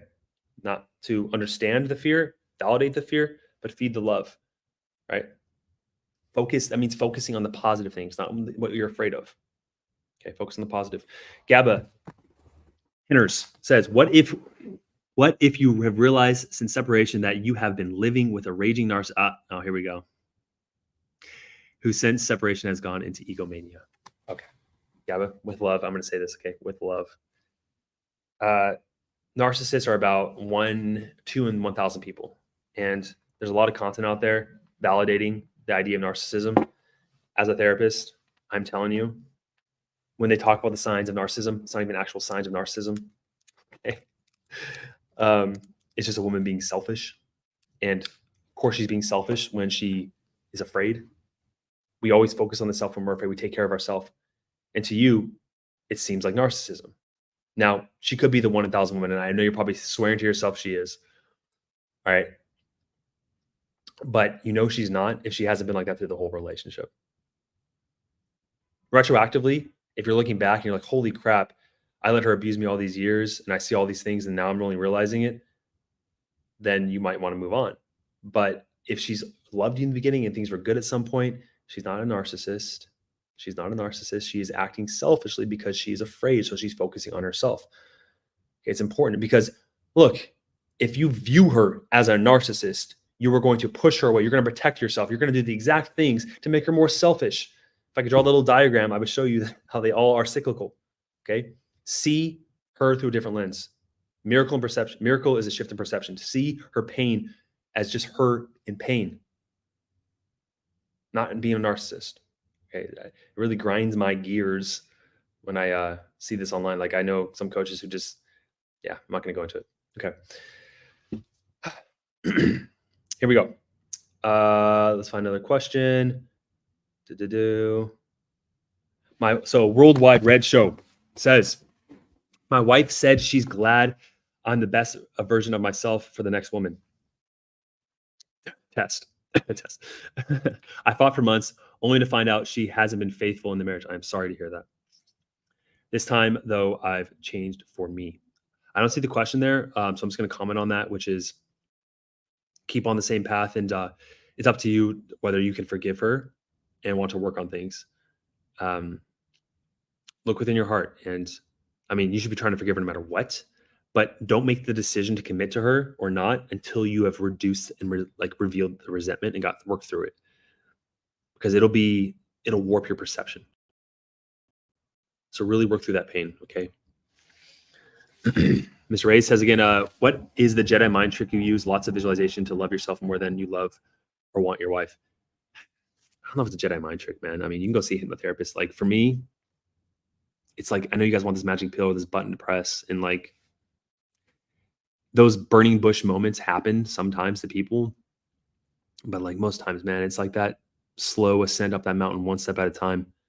Like I still struggle with self-doubt, guilt, a little bit of shame here and there, sprinkle it on top, you know.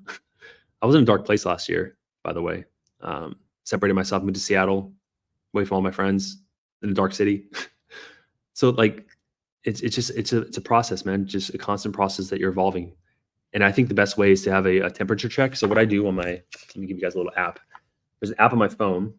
It goes off at 8 p.m. every single day called Dailyo. If you guys can see Dailyo. And on Dailyo, it says like, okay, cool. Basically, it asks me how I'm doing. Okay. Say how I'm doing. And then I say what habits I did. And so over time, I can consciously connect my habits to my happiness. And then what doesn't get measured doesn't improve. So if you guys want to improve your mental, just track it. That's worth its weight in gold there. Okay, guys. Christian, I have to give my wife credit. I went from the asshole to the worst needy nice guy has ever still stuck around to let me figure it out. Ever since watching Josh's videos, the path feels much clearer. Cheers, man. Appreciate that. Let's see here. GT Pro, I've already answered one of your questions. I'm trying to get to all the questions, guys. I'm going to go past you guys if I've seen some of the questions before. So Beck White says, need guidance on how to save a marriage and win the wife back. That's why we're here.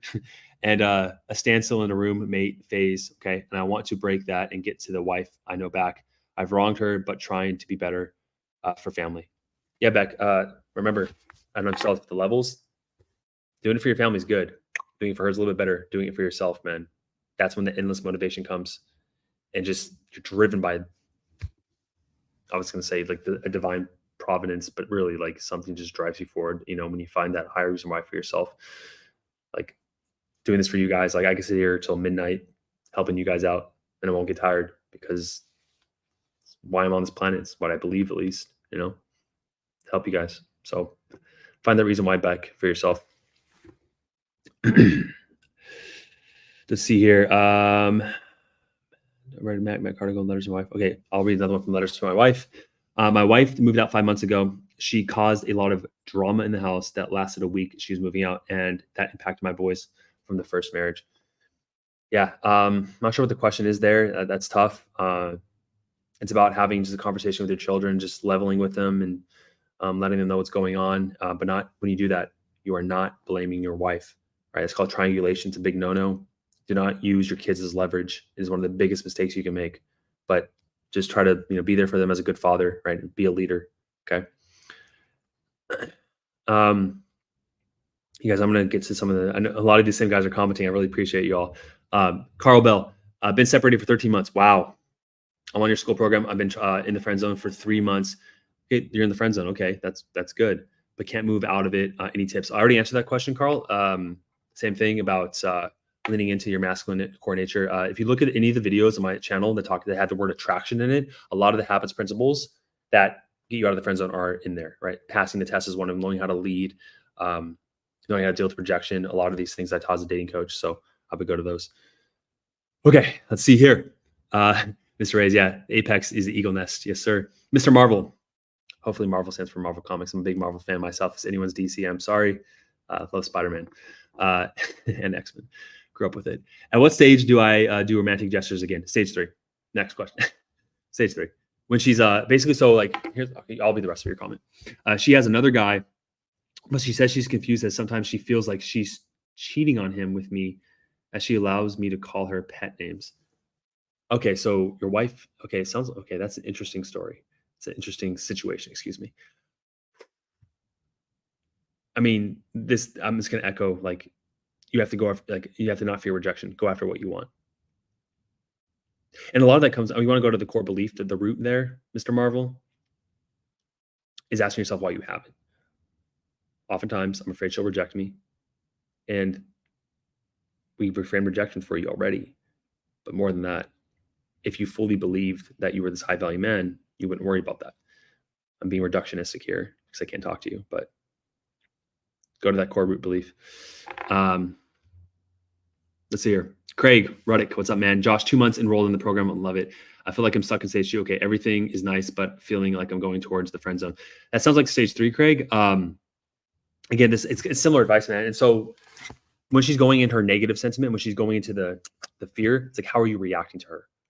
Okay. Are there deep inherent fears that you have?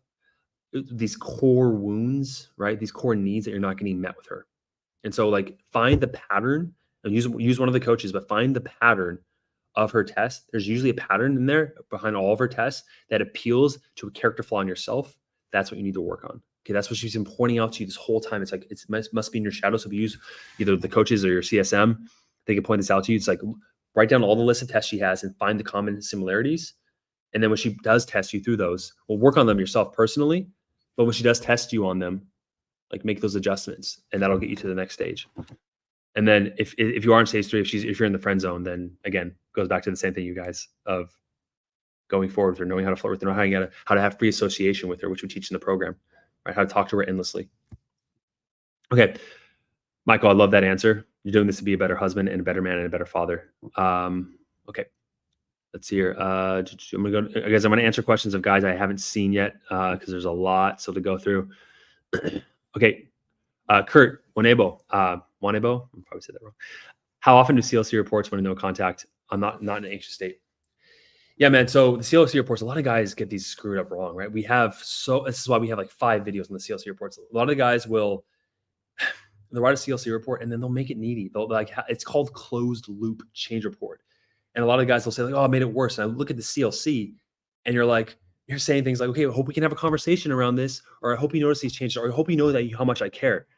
And you're not following directions, right? So I just want to make sure for the guys who have written CLC reports and they haven't worked, it's a user error. It's like getting a car. It's like, oh, I crashed. It's like, yeah, you didn't drive it right.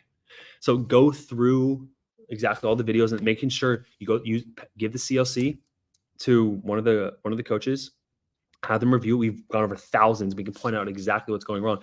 As far as cadence, it all depends on her last response. If she gave you a negative response, like don't send these letters, you got to give more time. I mean, don't do it. Don't send a CLC report, okay? No response is a good response. And I'll tell you why.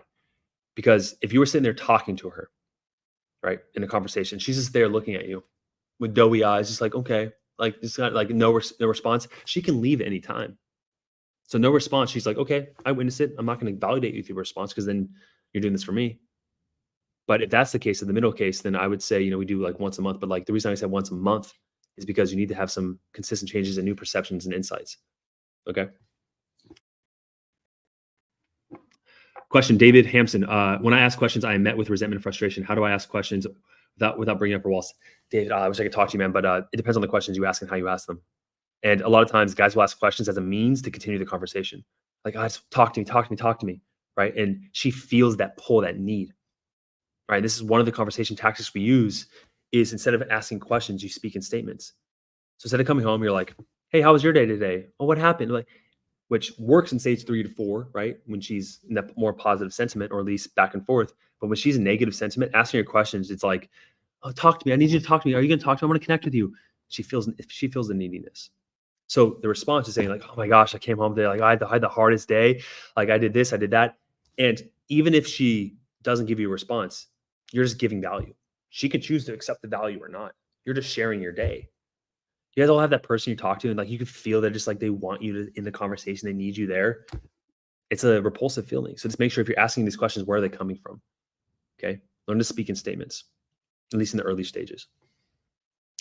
Okay. Black Thrush. And then you have a Russian name on the back. She is smiling and trying to be cute and something else, but I feel testing and she doesn't say anything to me. So I can't find a spot to engage. I'm calm. Look for her feelings. Where's the problem? I'm trying to understand this question real quick. So she's smiling and trying to be cute. That's a great sign. That means she's in her feminine. So you're able to push her into her feminine or pull her into her feminine, have her express that, which is amazing. So celebrate the win. But you feel her testing. Of course, that's a good thing. Remember? So you can't find a spot to engage. That is confusing to me. You're calm. So this is more about leading, it sounds like, based off the context what I'm reading here. If she's being cute and smiling and then she tests you, it's about you just passing the test more consistently. Being calm is the first stage, right? But you want to inject growth. I would watch the testing video I have of learning how to agree and amplify. It's the highest level of testing. Okay. And it introduces a new skill to really, cause her emotions to go up and down and create that more arousal and attraction in her. Okay. You guys, we have 9 minutes. 9 minutes. It's been a marathon, you guys. It's been a marathon. Here we go. Joe Swanson. Wife asked for a divorce 2 nights ago. Sorry to hear that. 4 hours later, I rolled over and had sex with her. Yeah, dual mind. She has been ice cold since, but still talking like adults. I'm just going to go back to the dual mind stuff. Joe, back to the dual mind. Don't live in reaction to her, right? Double down on your values and your purpose. Understand why she's being ice cold to you. What is the emotional instability you've created? Fix those things, okay? Use the program. Get on a call with our team if you are not in the program. Brett Jolly, my wife kicked me out of the house a month ago. She says, the biggest problem in our marriage is that I allowed my parents and son to influence me and control our marriage. You got to validate that. That's one of those things where she sees a perception of you. And if you don't see it, okay, that's fine. Remember, eagle's nest, understand where she validate that. Like, okay, by agreeing with her reality, Brett, you're not saying she's right, you're wrong. You're saying, I see the way you see the world. Oh, so you feel frustrated, annoyed, dejected, disrespected, unheard, unvalidated, whatever her emotions are. You feel that because I didn't do this thing. You're saying, this is the way you see the world, right? Yes. And this, and this. And so you feel this way too. Yeah, exactly. A lot of guys think by agreeing to her, you're admitting you're wrong. She's going to be like, oh, you're a bad person. I'm going to leave you. No, you're saying, I see the way you see the world. You see it that way. I totally get it. That makes sense. I like you were literally, think about this. She's seeing the world like this. By seeing it with her, you were literally connecting with her. You were connecting with her worldview. When you argue, you're going like this, right? Friction, fighting. Once she feels understood, her emotions settle. She's like, he gets me, he feels me, he understands me, he validates me. Now she's more accepting to your influence. Okay? Start with the validation. Fidel, my wife says she's happy and I'm making the changes, but it's not going to save the marriage. Tess, we talked about that a lot. Fidel, I'm not going to repeat myself. It's just a test. We talked about how past that a lot in this live. Okay. Alessandro, what is up, man? You recently said, stop saying I love you. We are stage 3. So stage 3, okay, look, when it comes to saying I love you, hold on, let me read the rest of your comment. Getting ahead of myself. I told her I want to tell her I love her. This was an issue of mine in the marriage. She nodded lightly. Should I? Intention. Where is it coming from? Are you saying, I love you, dude? Love me back. Can you say it back to me? Because I want to make sure, because I'm not sure you love me. Is that where it's coming from? Or is it like, damn, I love this woman. You know what? I just love you so much. And you don't care what she says. She will sense the difference, right? You guys can buy her flowers. You guys can clean the house because you want to. You need nothing in return. Don't make it a covert contract. We talk about covert contracts a lot. It's a nice guy habit. Alessandro, if you want to say it and it's giving value and you can sense within yourself, this is just like, I'm giving her this gift and I don't need anything back, say it. Okay. David Hampson, my wife had an affair and unsure of what she wants, and she's asking for space. I have questions and I'm trying to understand where she's at. She feels my questions are pushing her away. What should I do? I think it's a repeat of the question. Do you guys hear that? There's like a loud, of course there is. I need to wrap it up. Hopefully you guys can't hear that. I'm going to scroll to the bottom, you guys, and read the questions from the bottom. You got in the chat, can you guys hear that loud sound in the background? Yes or no? If you can't, I will continue. If you can, I'm going to have to. It is very loud. You want to put in the chat if you can hear this loud ringing sound.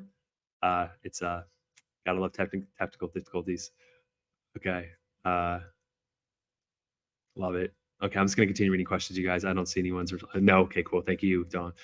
Oh, Walter says yes. I'm 50-50 right now, you guys. I need an answer. You can't hear it, Marcus. Okay, 2 for 1. We're gonna go with that. All right, I'm gonna scroll up a little bit, read a few more questions. We have about 5 minutes left, and here we go. So Nick, after 6 months, I'm in a far better place and thinking about my boundaries. I now feel as if maybe I deserve better. Ooh, this is a good one. And she is still who she was, and I fear the same issues will occur. Is this wrong? No. Look, the most you could do is make changes. A lot of this happens sometimes, you guys. Sometimes guys will make these changes, and they're like, wow. And they'll get to a new echelon and be like, I don't deserve this treatment. And they still want their wife back. But at the same time, they're like, I need her to see these changes.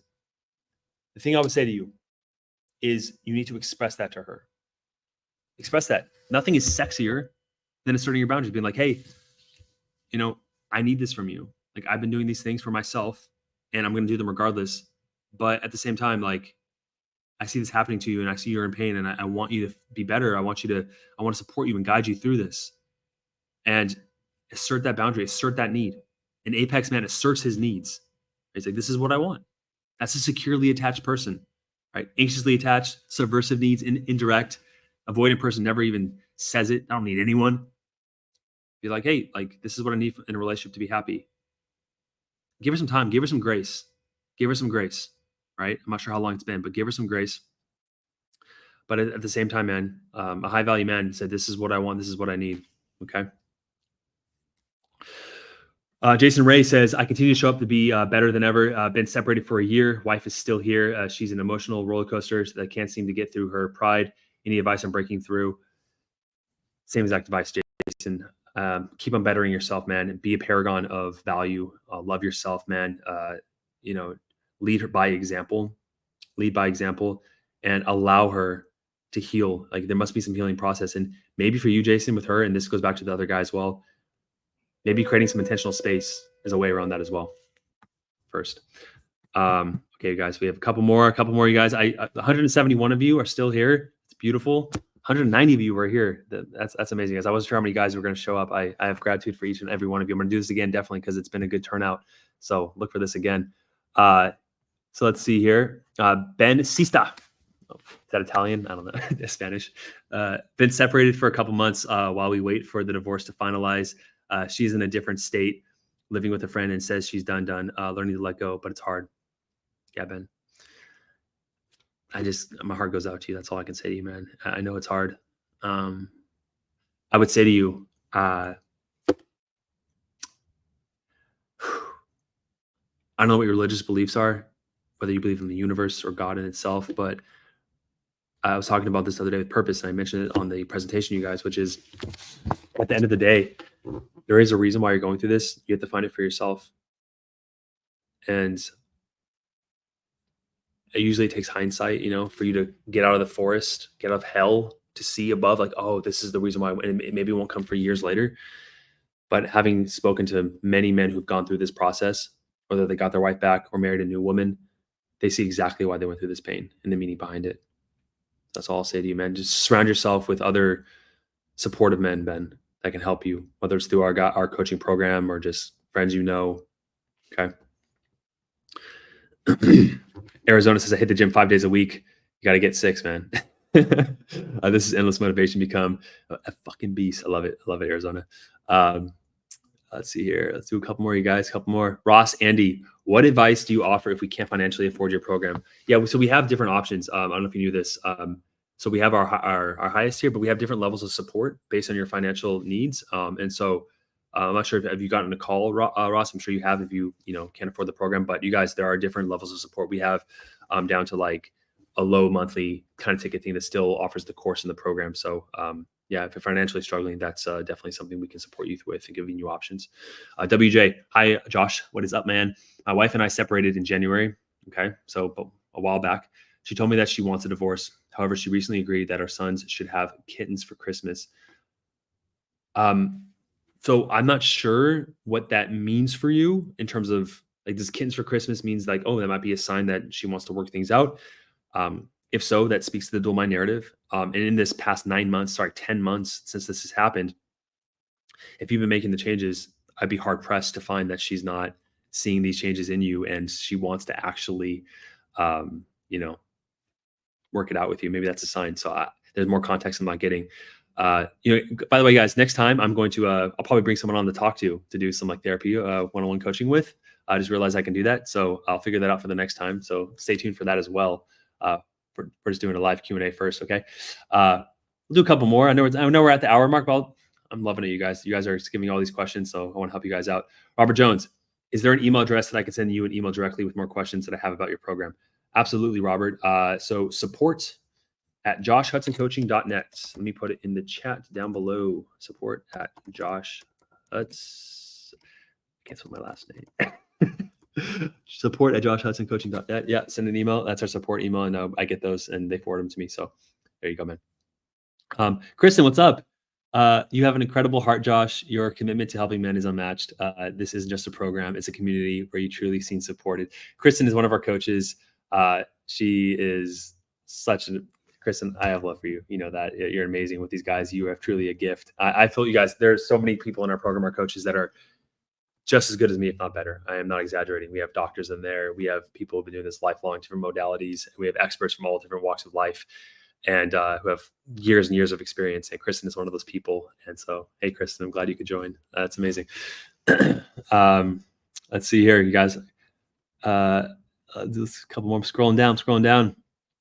Thank you, Josh. Matthew says, thank you, Josh, for doing this live. Extremely helpful. I like your content. Cheers, mate. James McKeown. Is that Irish? I think it's Irish, right? Wife dropped papers on me a few weeks ago after a bad argument. Working in Germany now. I'm thinking of going back to America in November. It's not a question, but I'm sorry to hear that. And yeah, man. Kurt says, I already answered one of your questions, Kurt, but I got you. Do you think if I start dating someone else, it'll make it better or worse? We're going to end with a doozy. I made a video about this. Okay. For 50% of you, if you started dating another woman, that would immediately bring her back.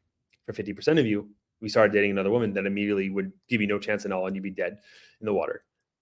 I can't tell you which way is which. And so I would argue on the air of safety of not dating another woman. Okay. Especially the more I lean into this, like if your heart's still connected to her and then you start dating another woman as a technique to get her back, it's just not, I don't like to judge people. It's just like, it just feels kind of like this, like don't do it. I would focus more on yourself and focus on her. And of course you're going to have that point where maybe you do want to move on, but if you want to get her back, lean into what we're seeing from all these other guys in the program. Matthias, got that right, Matthias. Hi, Josh. How the stages framework change when the guy is the one that decides to leave the house? Not much. I mean, if you pulled away, you gave her space. A lot of guys do that in our program. She says, I want more space, and the guys will move out. It doesn't change that much. The context of the living situation it kind of correlates with the stages, but not so much. Like we know some guys where the wife, as soon as she moved out, she felt safe and they started dating again immediately, where you can have, separate houses and, no contact. So I wouldn't hyperfixate on the housing situation too much. Okay. Let's see here. Can I pin my comment? I think I'm going to pin it for the email, you guys. Yeah. Okay. For those who want. Oh, I could put your questions on the. Well, I'll do this next time, you guys. I can see the questions. It's a little bit of extra thing. Okay. Let's see. Sarah says, how does the program apply apply to dating and just long-term relationships? Oh, we have loads of guys who are just in relationships that haven't married. Yeah. I mean, we talk about marriage because 85 to 90% of the guys are married, but we have loads of people in our program who are just in long-term relationships with their partner. So yeah, it doesn't differ much at all. Like relationship dynamics between a man and a woman are relationship dynamics. Marriage does change things in terms of, I think, the level of psychological commitment, but even then some people, because I think there is value in ceremony and, using religion as a means to like embed that into your spirit in a way. But yeah, we have guys who are in relationships. So Irish name, yes, man, I'm good with the. I know FIFA soccer, so I know last names really well. Let's see here. I'll read a couple more, you guys. We're going on. Sunday, Oyowimi, my wife cheating the same house with another guy. Oh, and I have to move out, and I'm concerned about her 3 children. She wants me back in the house to help with the kids. What do you think it? Look, Sunday, my personal values is like, you don't deal with that. That's, again, we went back to the values and boundaries. That's my personal values. I don't want it to be yours. You need to know what you're good with, and you can't lie to yourself. You can't lie to yourself. Look within yourself and like, how do you feel about it? If you feel something like just this, you can't accept it. It hurts too much. That's a signal. God speaks to us through experience, mostly through emotion, second, and through words. And so if you don't feel good about it, don't do it. If you're okay with it, you accept it and you're like, this is the path forward, and I'm willing to accept that this is the situation, which is a very unique situation, I will say. Very unique situation. You can do it, but yeah. Okay, let's see here. Anthony Burkhart. Got it. I 100% believe we are going through this for a reason. Find the reason and make it a positive motivation. Anthony, 100%, man. Like, look, we all suffer. Suffer is inevitable. Ask Buddhists, ask Stoicism, Stoics. Suffering is inevitable, right? But if you're going to suffer, find the meaning for it. Why are you going through this? Why is this pain happening to you? This is just my personal philosophy, you guys. This is my personal belief. But I believe, and I said this already, but I believe you are all here as men to become developed in who you are. There's this theory in self-actualization by Karen Horney, and she talks about how like we are all these perfect little diamonds when we come into this world, right? We're all these like perfect beings of love and light, but trauma happens and dirt gets thrown onto us, right? So instead of like developing and adding onto yourself, life's about removing the dirt, removing this trauma, like removing these limiting beliefs within yourself to become this conscious, loving, powerful, dominant, providing protector, apex man, right? So find that reason. Did you say Tottenham killed Barca today? Let's go Spurs. I'm not sure if that's I don't know if you guys were soccer fans. Let's see here. I missed the live notifications. This is going to be available as replay. Yes, it is, Jason. Whole thing, man. The whole thing is going to take a while to upload. It's 2 hours. I might separate it from the Q&A section and the recorded section, though. Okay, so I'm going to read maybe one more question, you guys. I'm at the very bottom here, so I'll scroll back up. And if I find a new question, otherwise we're going to wrap up. So get your last questions in there. I might read one more at the very bottom of this. I'm looking for one. Koro Show, let me click on you. Set more boundaries and be the man she's asking for. Advice, be logical but firm. And about how to co-parent while being, that's not a question. Okay, all good. Let's go to the bottom here. I think we're good. Oh, one more. Let's see here. David, my wife says she doesn't want a divorce. Good. She said she doesn't feel safe and at the moment won't talk to me. Okay, so she's kind of like in stage 2, it sounds like.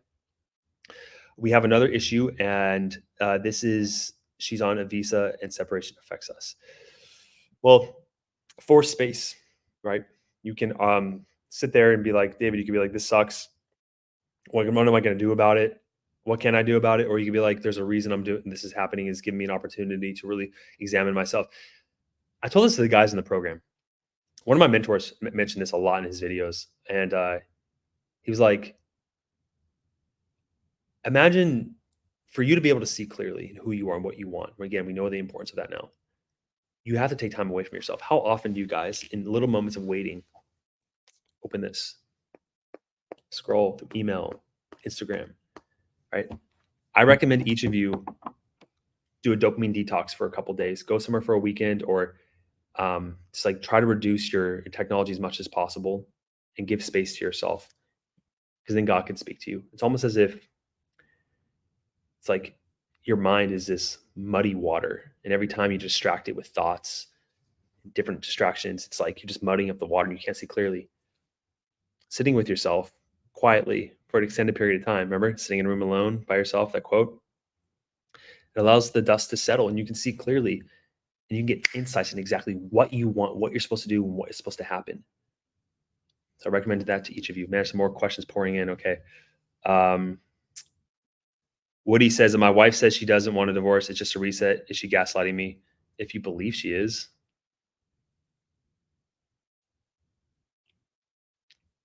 Okay. Can you see a different perception of that? Saranin, how do I navigate a situation where there's another man in the picture? I have lots of videos on that with plenty of testimonials, Saranin, like if you want to check that out. I'll just talk about the biggest mistake, which is you are hyper fixated on the other guy. You're like, I don't know why she's with him. Like he's like a bum compared to me, right? What is that doing? You're trying to knock him down to feel better about yourself. There's a reason why she's going to him. Okay. It hurts, but take some honest self-reflection of why this is happening. And then focus on yourself. Don't even care about him. Like he doesn't exist to you. Okay. Like, don't let him live free in your head. Right? If he's living in your head, you're reacting to him. You were at the effect of this other man. Okay. You gotta be at the cause. He's gotta be worried about you.